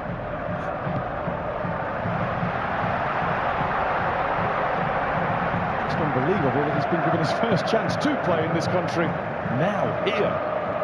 And here he is, finding Foden. He was the player last year. Hasn't hit those heights this season. Bernardo Silva, Ruben Diaz, Akanji, Foden,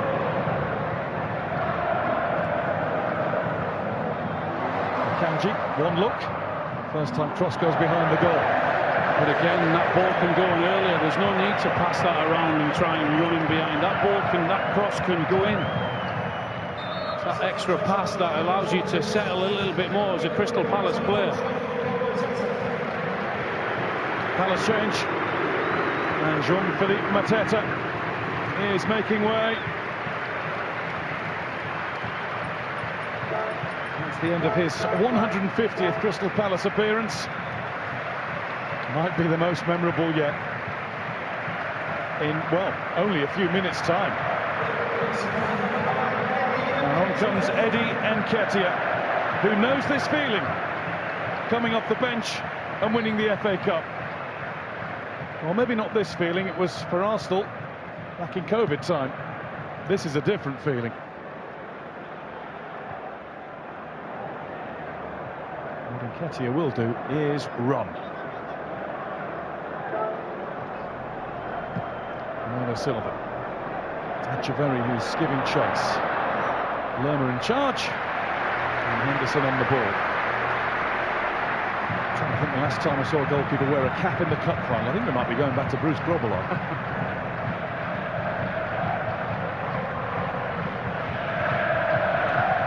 Steve Coppell, who got Palace so close in 1990 to a replay when they were a thing with Manchester United, having been 7 minutes away from winning the game in extra time. Mark Hughes thwarted those hopes. Lee Martin with the only goal in the replay.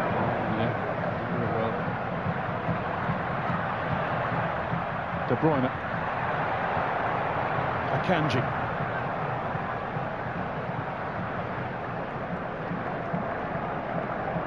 Bernardo Silva.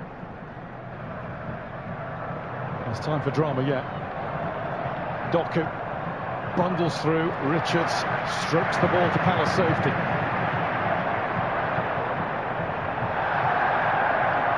He's just got on the ball once or twice, hasn't he, in the last couple of minutes, De Bruyne.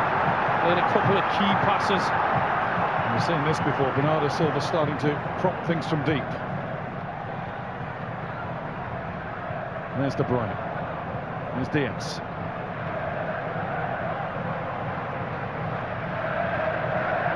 Foden. Akanji.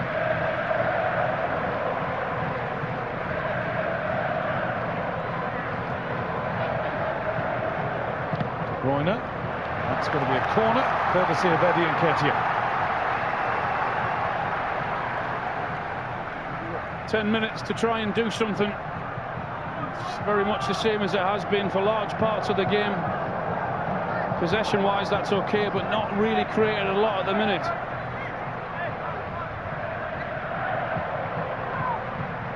Phil Foden puts this one in deep. Haaland high. And that one opportunity, hasn't there, from Nico O'Reilly, that he chose to come try to go back onto his left side, but other than that, there's not been a lot. I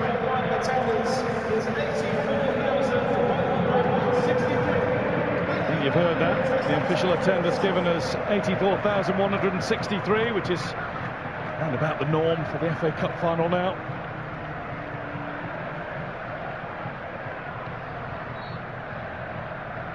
And that's what it does to you. Imagine, I know how they're feeling. It's beautiful and agonising all at once. Absolutely, so right. Here's Water. Doku.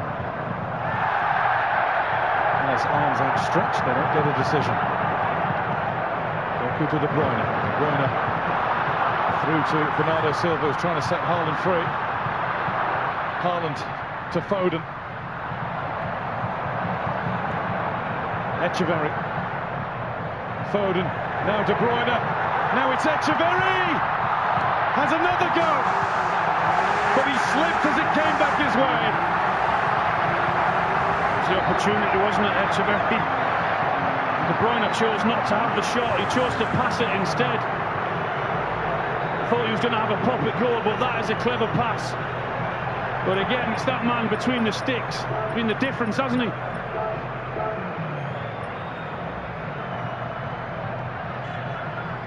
Not a clear look at the goal, but it goes straight at him. It's a good save again, though. Agony. You know what? I think it's an even better save. I think there's a little deflection off the knee of Lacroix.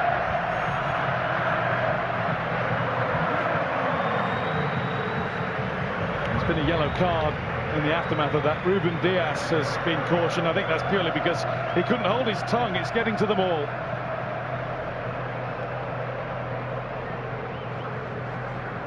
A team that's so used to winning. 4 titles in a row before this season. Plenty more besides. But apart from the Community Shield right at the start of the season, way back when, it might be nothing at the end of this one.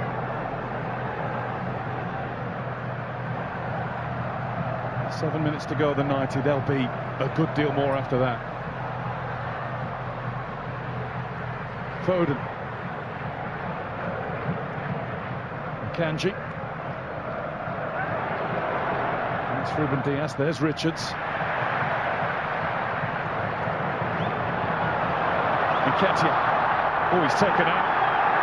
Stuart Atwell doesn't wave advantage. Palace try and take advantage anyway. Sarr's moving for it, but Ortega will get there first. And Palace can't believe that play wasn't brought back for a free kick because Akanji jumped in on Nketiah. He's nowhere near the ball. So it is a foul, there's no doubt. But the ref's right, he has to try and let play go on, and they're in possession of the ball and in a good position, Crystal Palace. Here's Echeverri. Doku. Bernardo Silva couldn't stretch enough. De Bruyne with a chop, and he's going to get carded now. And it's all getting just a little bit until this season looked invincible. It's all desperation, isn't it? They know it's slipping away from them and feel the pressure. You can see it in their game.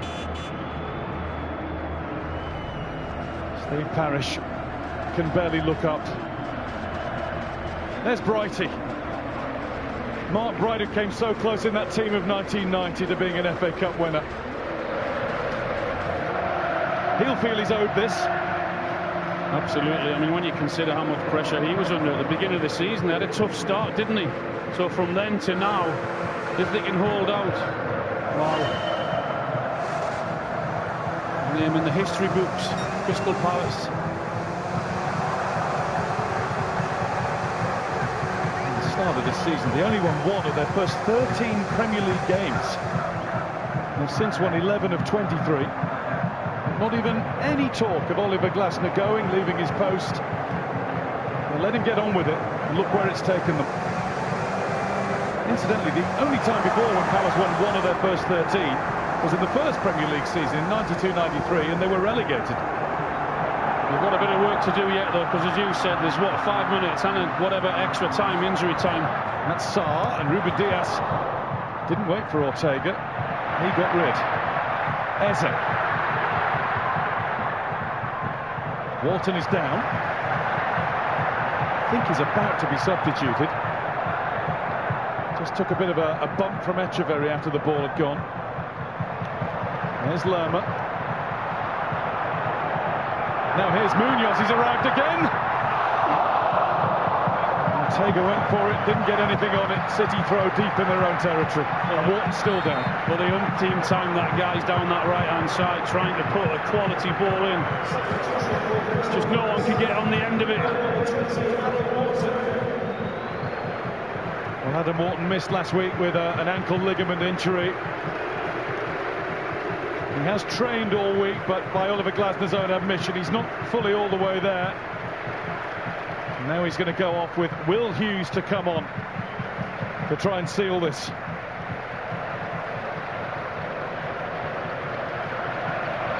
And another performance that will only have drawn impressive glances from the watching England manager. Couldn't agree more, Guy. I really couldn't. Without being spectacular, you know, I've put a shift in, I tell you. The work off the ball he's had to do this afternoon.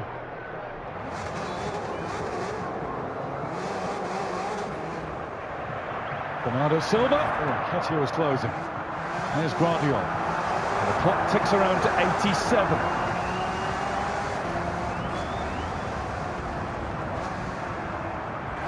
De Bruyne. Akanji. Foden, just a bit too casual with the pass. Mitchell was ready to gobble it up. Eze and Ketia. Ruben Dias steps across. Clever play that is from Eze. It really is. Really intelligent play. He knows exactly where the defenders are and who's about to come and try and tackle him. The awareness was superb. Bernardo Silva in a race to get off. The Palace fans wanting that clock to race through towards the full-time whistle. City change sees experience for experience as Ilkay Gundogan comes on.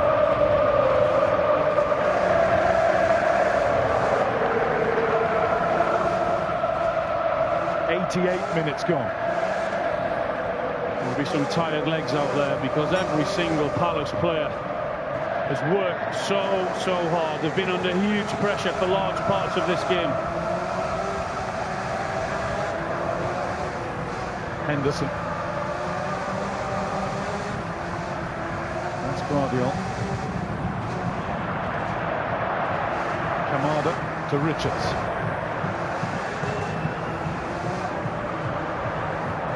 Played through by Lacroix. And Ketia is offside. Well, we're hearing at the moment, unconfirmed right now, but we're hearing there's going to be 10 minutes added. Yeah, it doesn't surprise me because they've tried to run down the clock as much as they can. The injuries and whatever else has gone on, they've been taking the time, so it'll be a long 10 minutes for them. There'll be a mixed reaction to that. Ruben Dias. There's De Bruyne.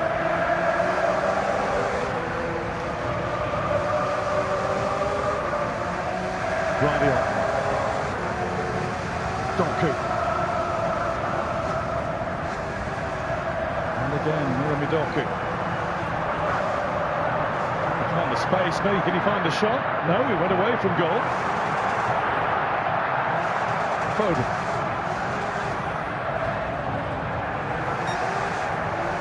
De Bruyne.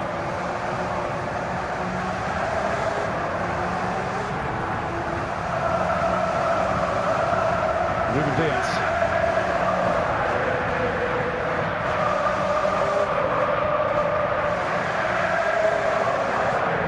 Doku. Munoz and Sarr will not move. Here's Guardiola. Gundogan. O'Reilly needed the extra touch. And that's going to go behind. He might have been offside as well. There we go, 10 minutes. It's greeted by cheers from the City section, and there's a few Palace fans putting their hands on their heads. Totally understandable. I get their anxiety and frustration at that 10 minutes. But from a Manchester City point of view, that, to me, at times, you know, when they pass and pass and pass, and I mean, it's an emergency for them. I think the ball can go into the box and try and pick up pieces. There are in decent crossing positions, but they choose to pass it instead. They've had huge success with that, I know it. But when you're desperate as they are at this moment in time, I do think it can go in earlier than it does, or has done. Foden. Taken away from him. And then taken out of play by Lerma. 1 minute of the 10 has gone.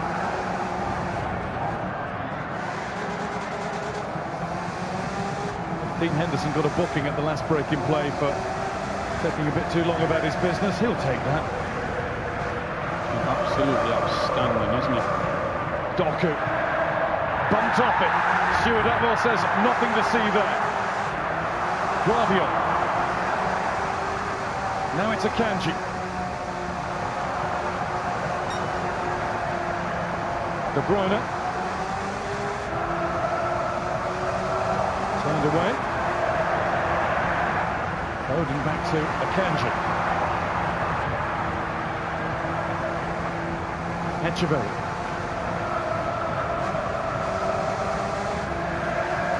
Doku. So much of it. It's in his mind this time. Gets to the byline, headed away as far as De Bruyne, and he's put it wide.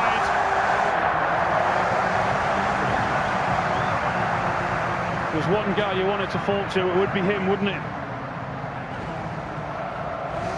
The touch and the volley, you just can't get it. It's always going away from goal. Just the fade, isn't it? There you go, you can see it. It's the outside of the right boot.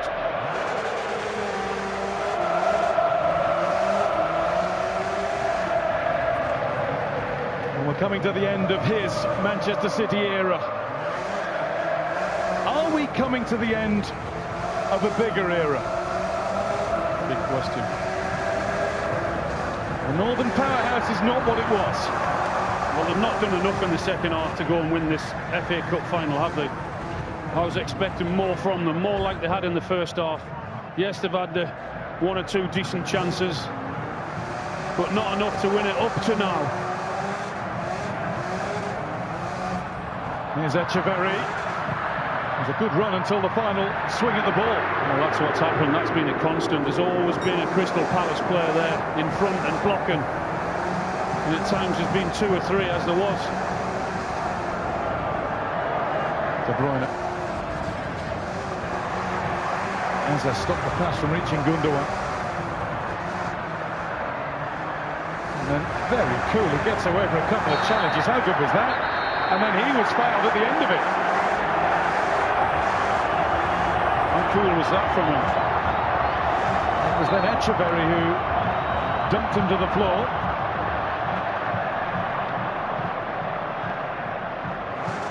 And he's going to get a yellow card. He was under no stress, was he? Is there? Just how he plays the game. What a lovely feature that was pre-match.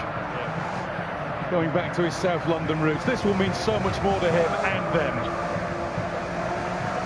if it happens for Crystal Palace, that is.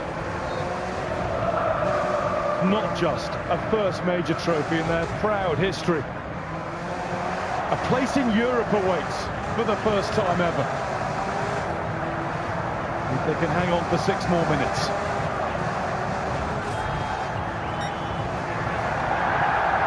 Gundogan. Echeverri to De Bruyne. I thought he was going to get tripped, didn't he? And he didn't. Foden. Manchester City needs some magic.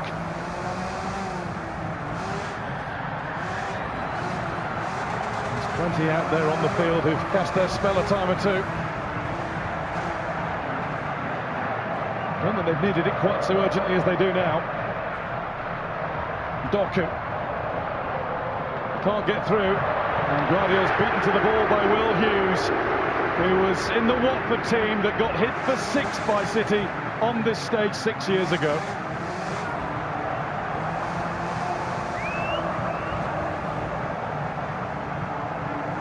Diaz to Doku. Doku gets himself half a yard. Richards couldn't keep it out. Henderson can. Now it's Gundogan.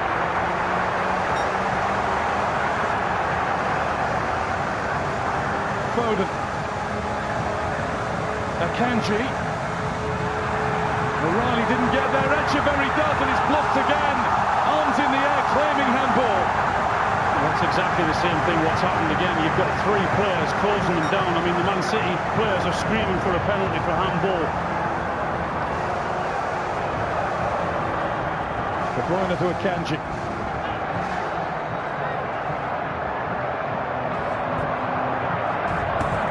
Ruben Diaz.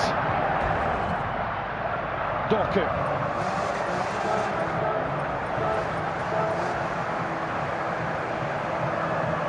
Thinking outside the box.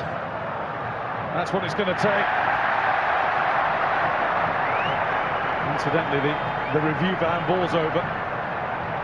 Not given. The arm was really close to the body. Foden. Foden's gone too deep with that. And Palace will take as long as they possibly dare to get the game going again. Just have a look where Doku is when that ball's coming into the box. Can't afford to be standing out there. He knows that they're desperate and the ball's about to come in. He's got to try and get in there and attack it. There's only Haaland in there.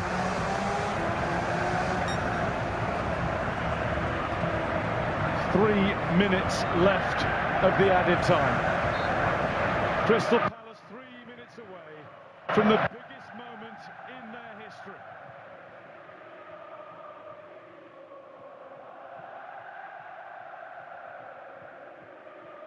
It has echoes of 1988 Wimbledon against Liverpool. Crazy going against the Culture Club. Maybe not dramatic a difference between the sides, but 1 goal in it. A missed penalty and all. They've had to sit deep, they've had to defend, they've had to get men behind the ball. But what they've done so well is the number of blocks they've managed to get in.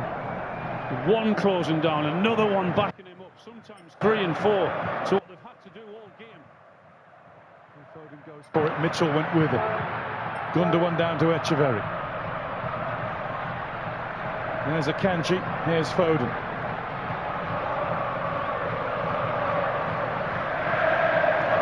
De Bruyne. And Henderson will watch that bounce and let it roll.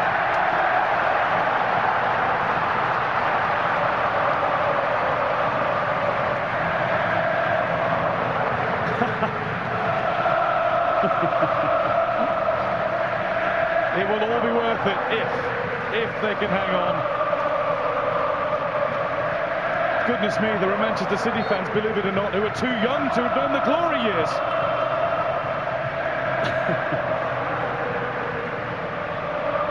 For some a bit older, it's more back to normal. But they aren't done quite just yet. Not yet. Nearly. Guardiola, the flag is up for offside. I don't think City want the free kick, but they've got one. They wanted to get on with it. 99 minutes. 1 to go. Here's Kevin De Bruyne. The next chance, if there is to be a chance, has to go in for City.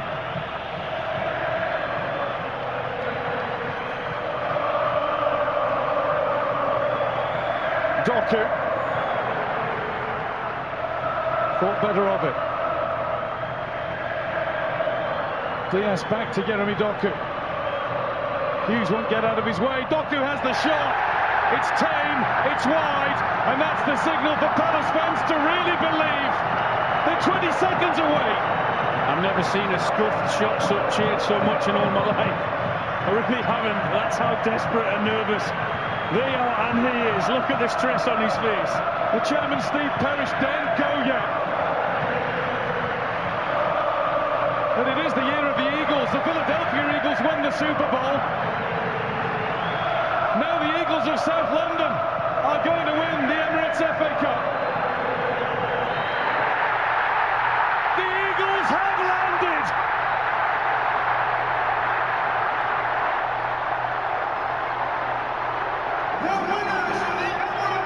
Oliver's Army are on their way.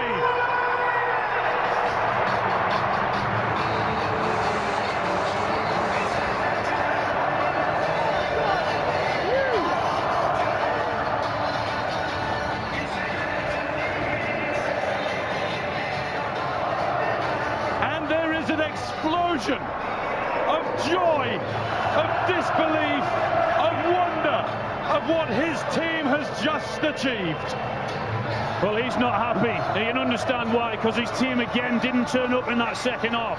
But today is not about Manchester City or Pep Guardiola. It's about Crystal Palace and all those players that they deserve it, and all those fans that have waited all their life for an occasion like this. They were the better team, they deserved it, they worked, they battled, they scrapped, they fought for every single tackle, and they scored a quality goal. They really did. They have been absolutely magnificent today, as have their fans. The FA Cup is going to have its first new name on the trophy since Leicester in 2021. Crystal Palace are the 45th team to be the FA Cup winners. Final score, Palace 1, City 0. They've done it. The long wait is over. The Eagles have landed a trophy. They've got European football for the first time. They've made history. They've defied the odds. What a performance, Wayne.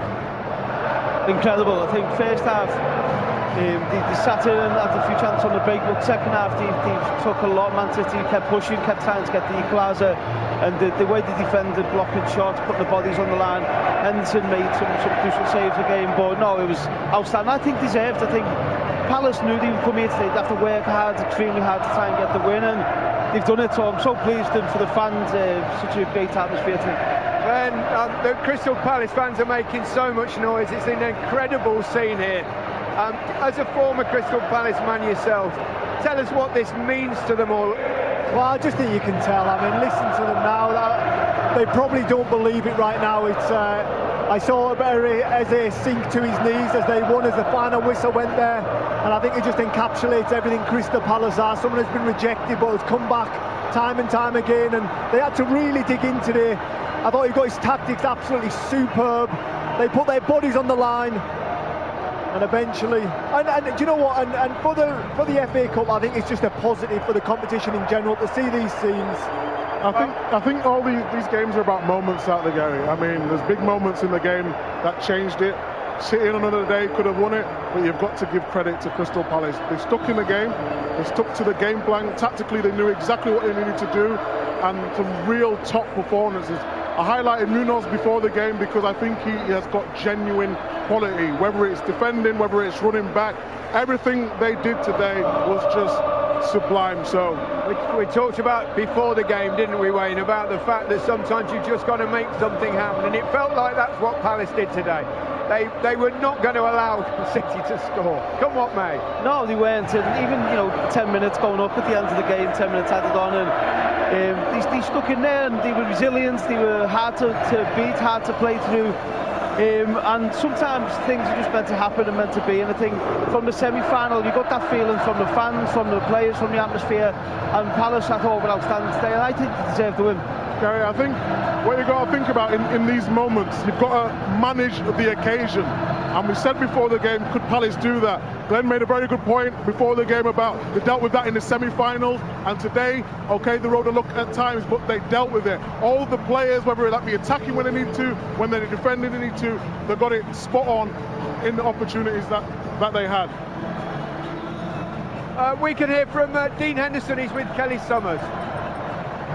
Dean, massive congratulations. It's deafening down here. You have just written your name into the history books. Part of the first Palace team ever to win a major trophy. How does it feel? It's incredible. We had a feeling it would be our day today. The whole week it's been building up. The manager's got a game plan. We executed it and we deserve this so much. And as for yourself, an eventful game, particularly in the first half. Firstly, talk me through that penalty save. To be fair, Haaland might have stepped up. I wasn't sure which way he'd go. He gave it to Marmouche. I knew which way he was going. He's the best! He's the best! He's the best goalkeeper! I knew I'd say that. Were you a little bit fortunate? Were you nervous that you weren't going to be on the pitch for that after the VAR check just before? No, the ball carried into my box, so I knew I was fine. It held up, it was a bit dry, but it doesn't matter. Who cares? We know what this means for Crystal Palace team, but what does this mean?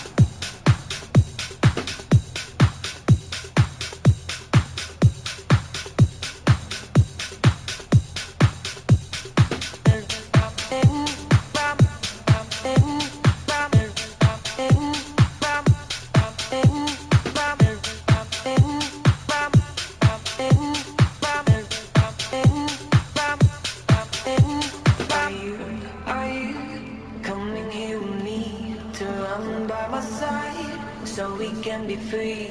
Strange things do happen here. It's the time to leave. If we met at midnight at the willow tree, are you coming here with me to run by my side? So we can be free. Strange things do happen here. It's the time to leave. If we met at midnight at the willow tree, are you?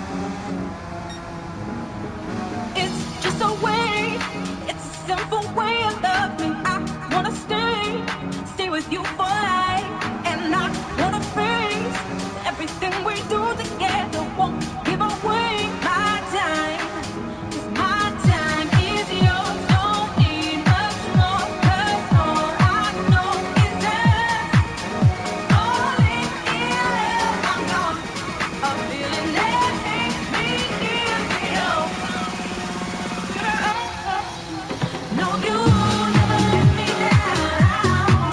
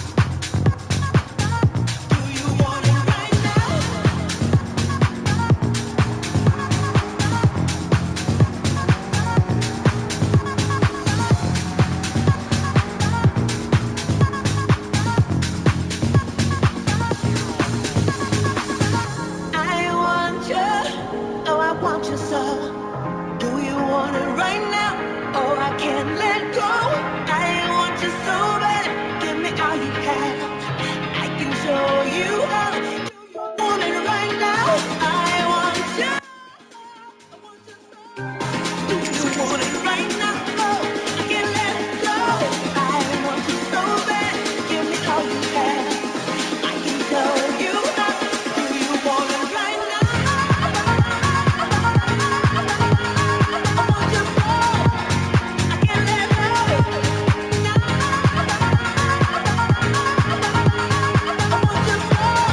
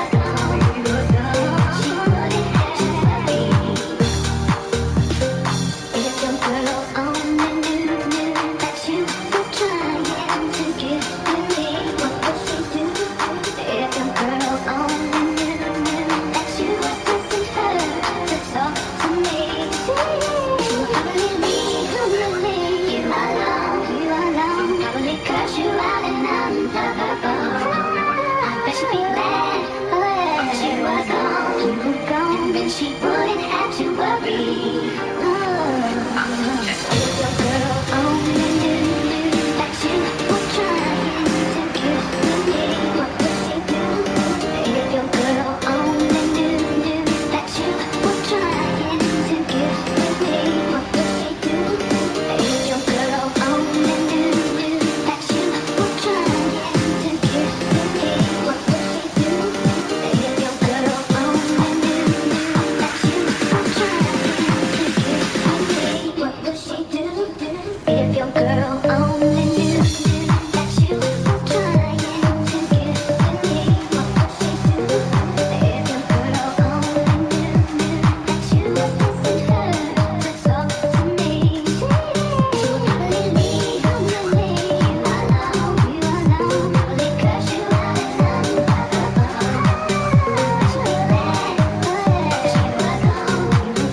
and she wouldn't have to worry. If your girl only knew that I would want to kick it with you, if she knew that. If your girl could only see how you be calling me, getting fresh with me, probably leave you alone.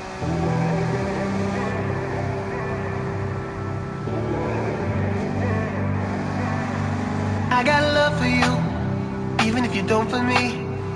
I'll be by your side to dry your eyes, even if you won't for me. I'll be there for you, even if you can't for me. I'll be the light that shines through darkest times, no matter what you throw at me. All night long.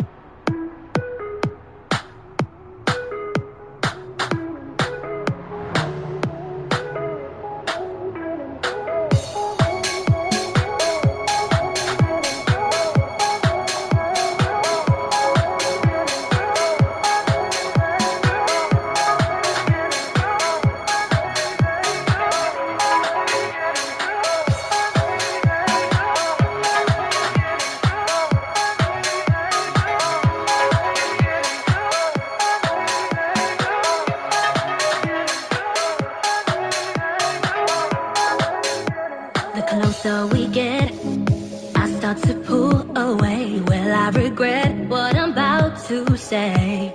'Cause I don't wanna lose everything I found in you. Are we gonna risk it? We're standing on the edge between love and friendship. Can we go the distance? Sometimes I think, what if we trip? We were better off as strangers.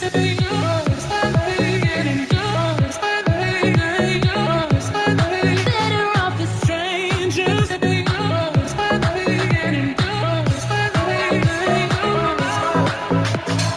Falling for you into the unknown, taking me out of my comfort zone. 'Cause I don't wanna lose everything I found in you. Are we gonna risk it? We're standing on the edge between love and friendship. Can we go the distance? Sometimes I think, what if we trip? We were better off as strangers.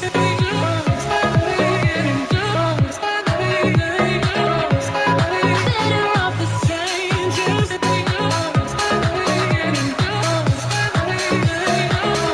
We were better off as strangers, strangers. 'Cause this is getting dangerous. I don't know where this will take us, take us. 'Cause this is getting dangerous. We were better off as strangers. I don't know where this will take us, will take us.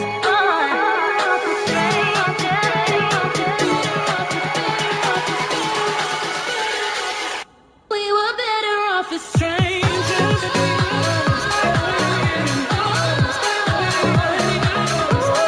Better off as strangers.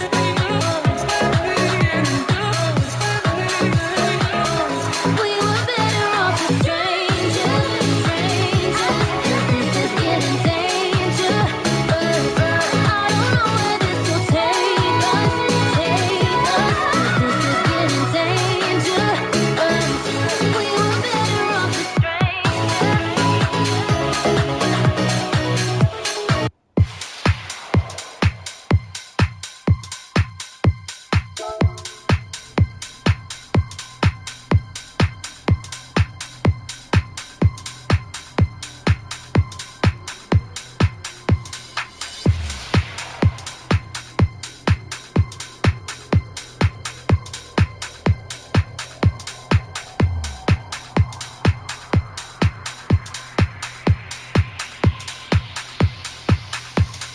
Had my ups and downs, made some mistakes, I'm not too proud, but I turned it all around. Living for right here and now. I'm getting higher every day. I'm growing stronger in my ways. I'm living life with no regrets, but I'm not finished yet. I'm not finished yet, but I'm not finished yet. I'm not finished yet, but I'm not finished yet. I'm not finished yet.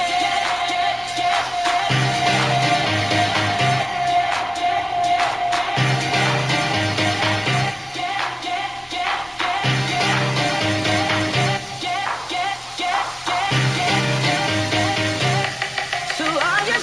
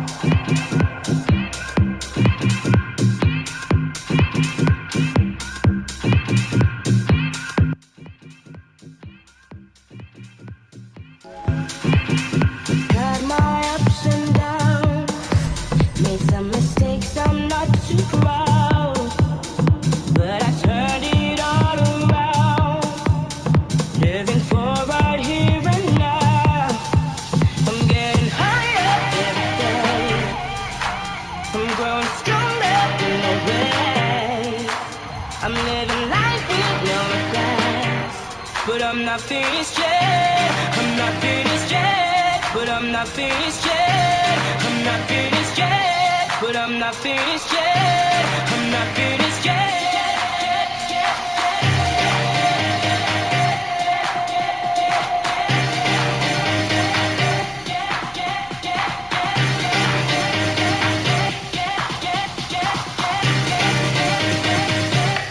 So I'm just gonna keep on trying until I find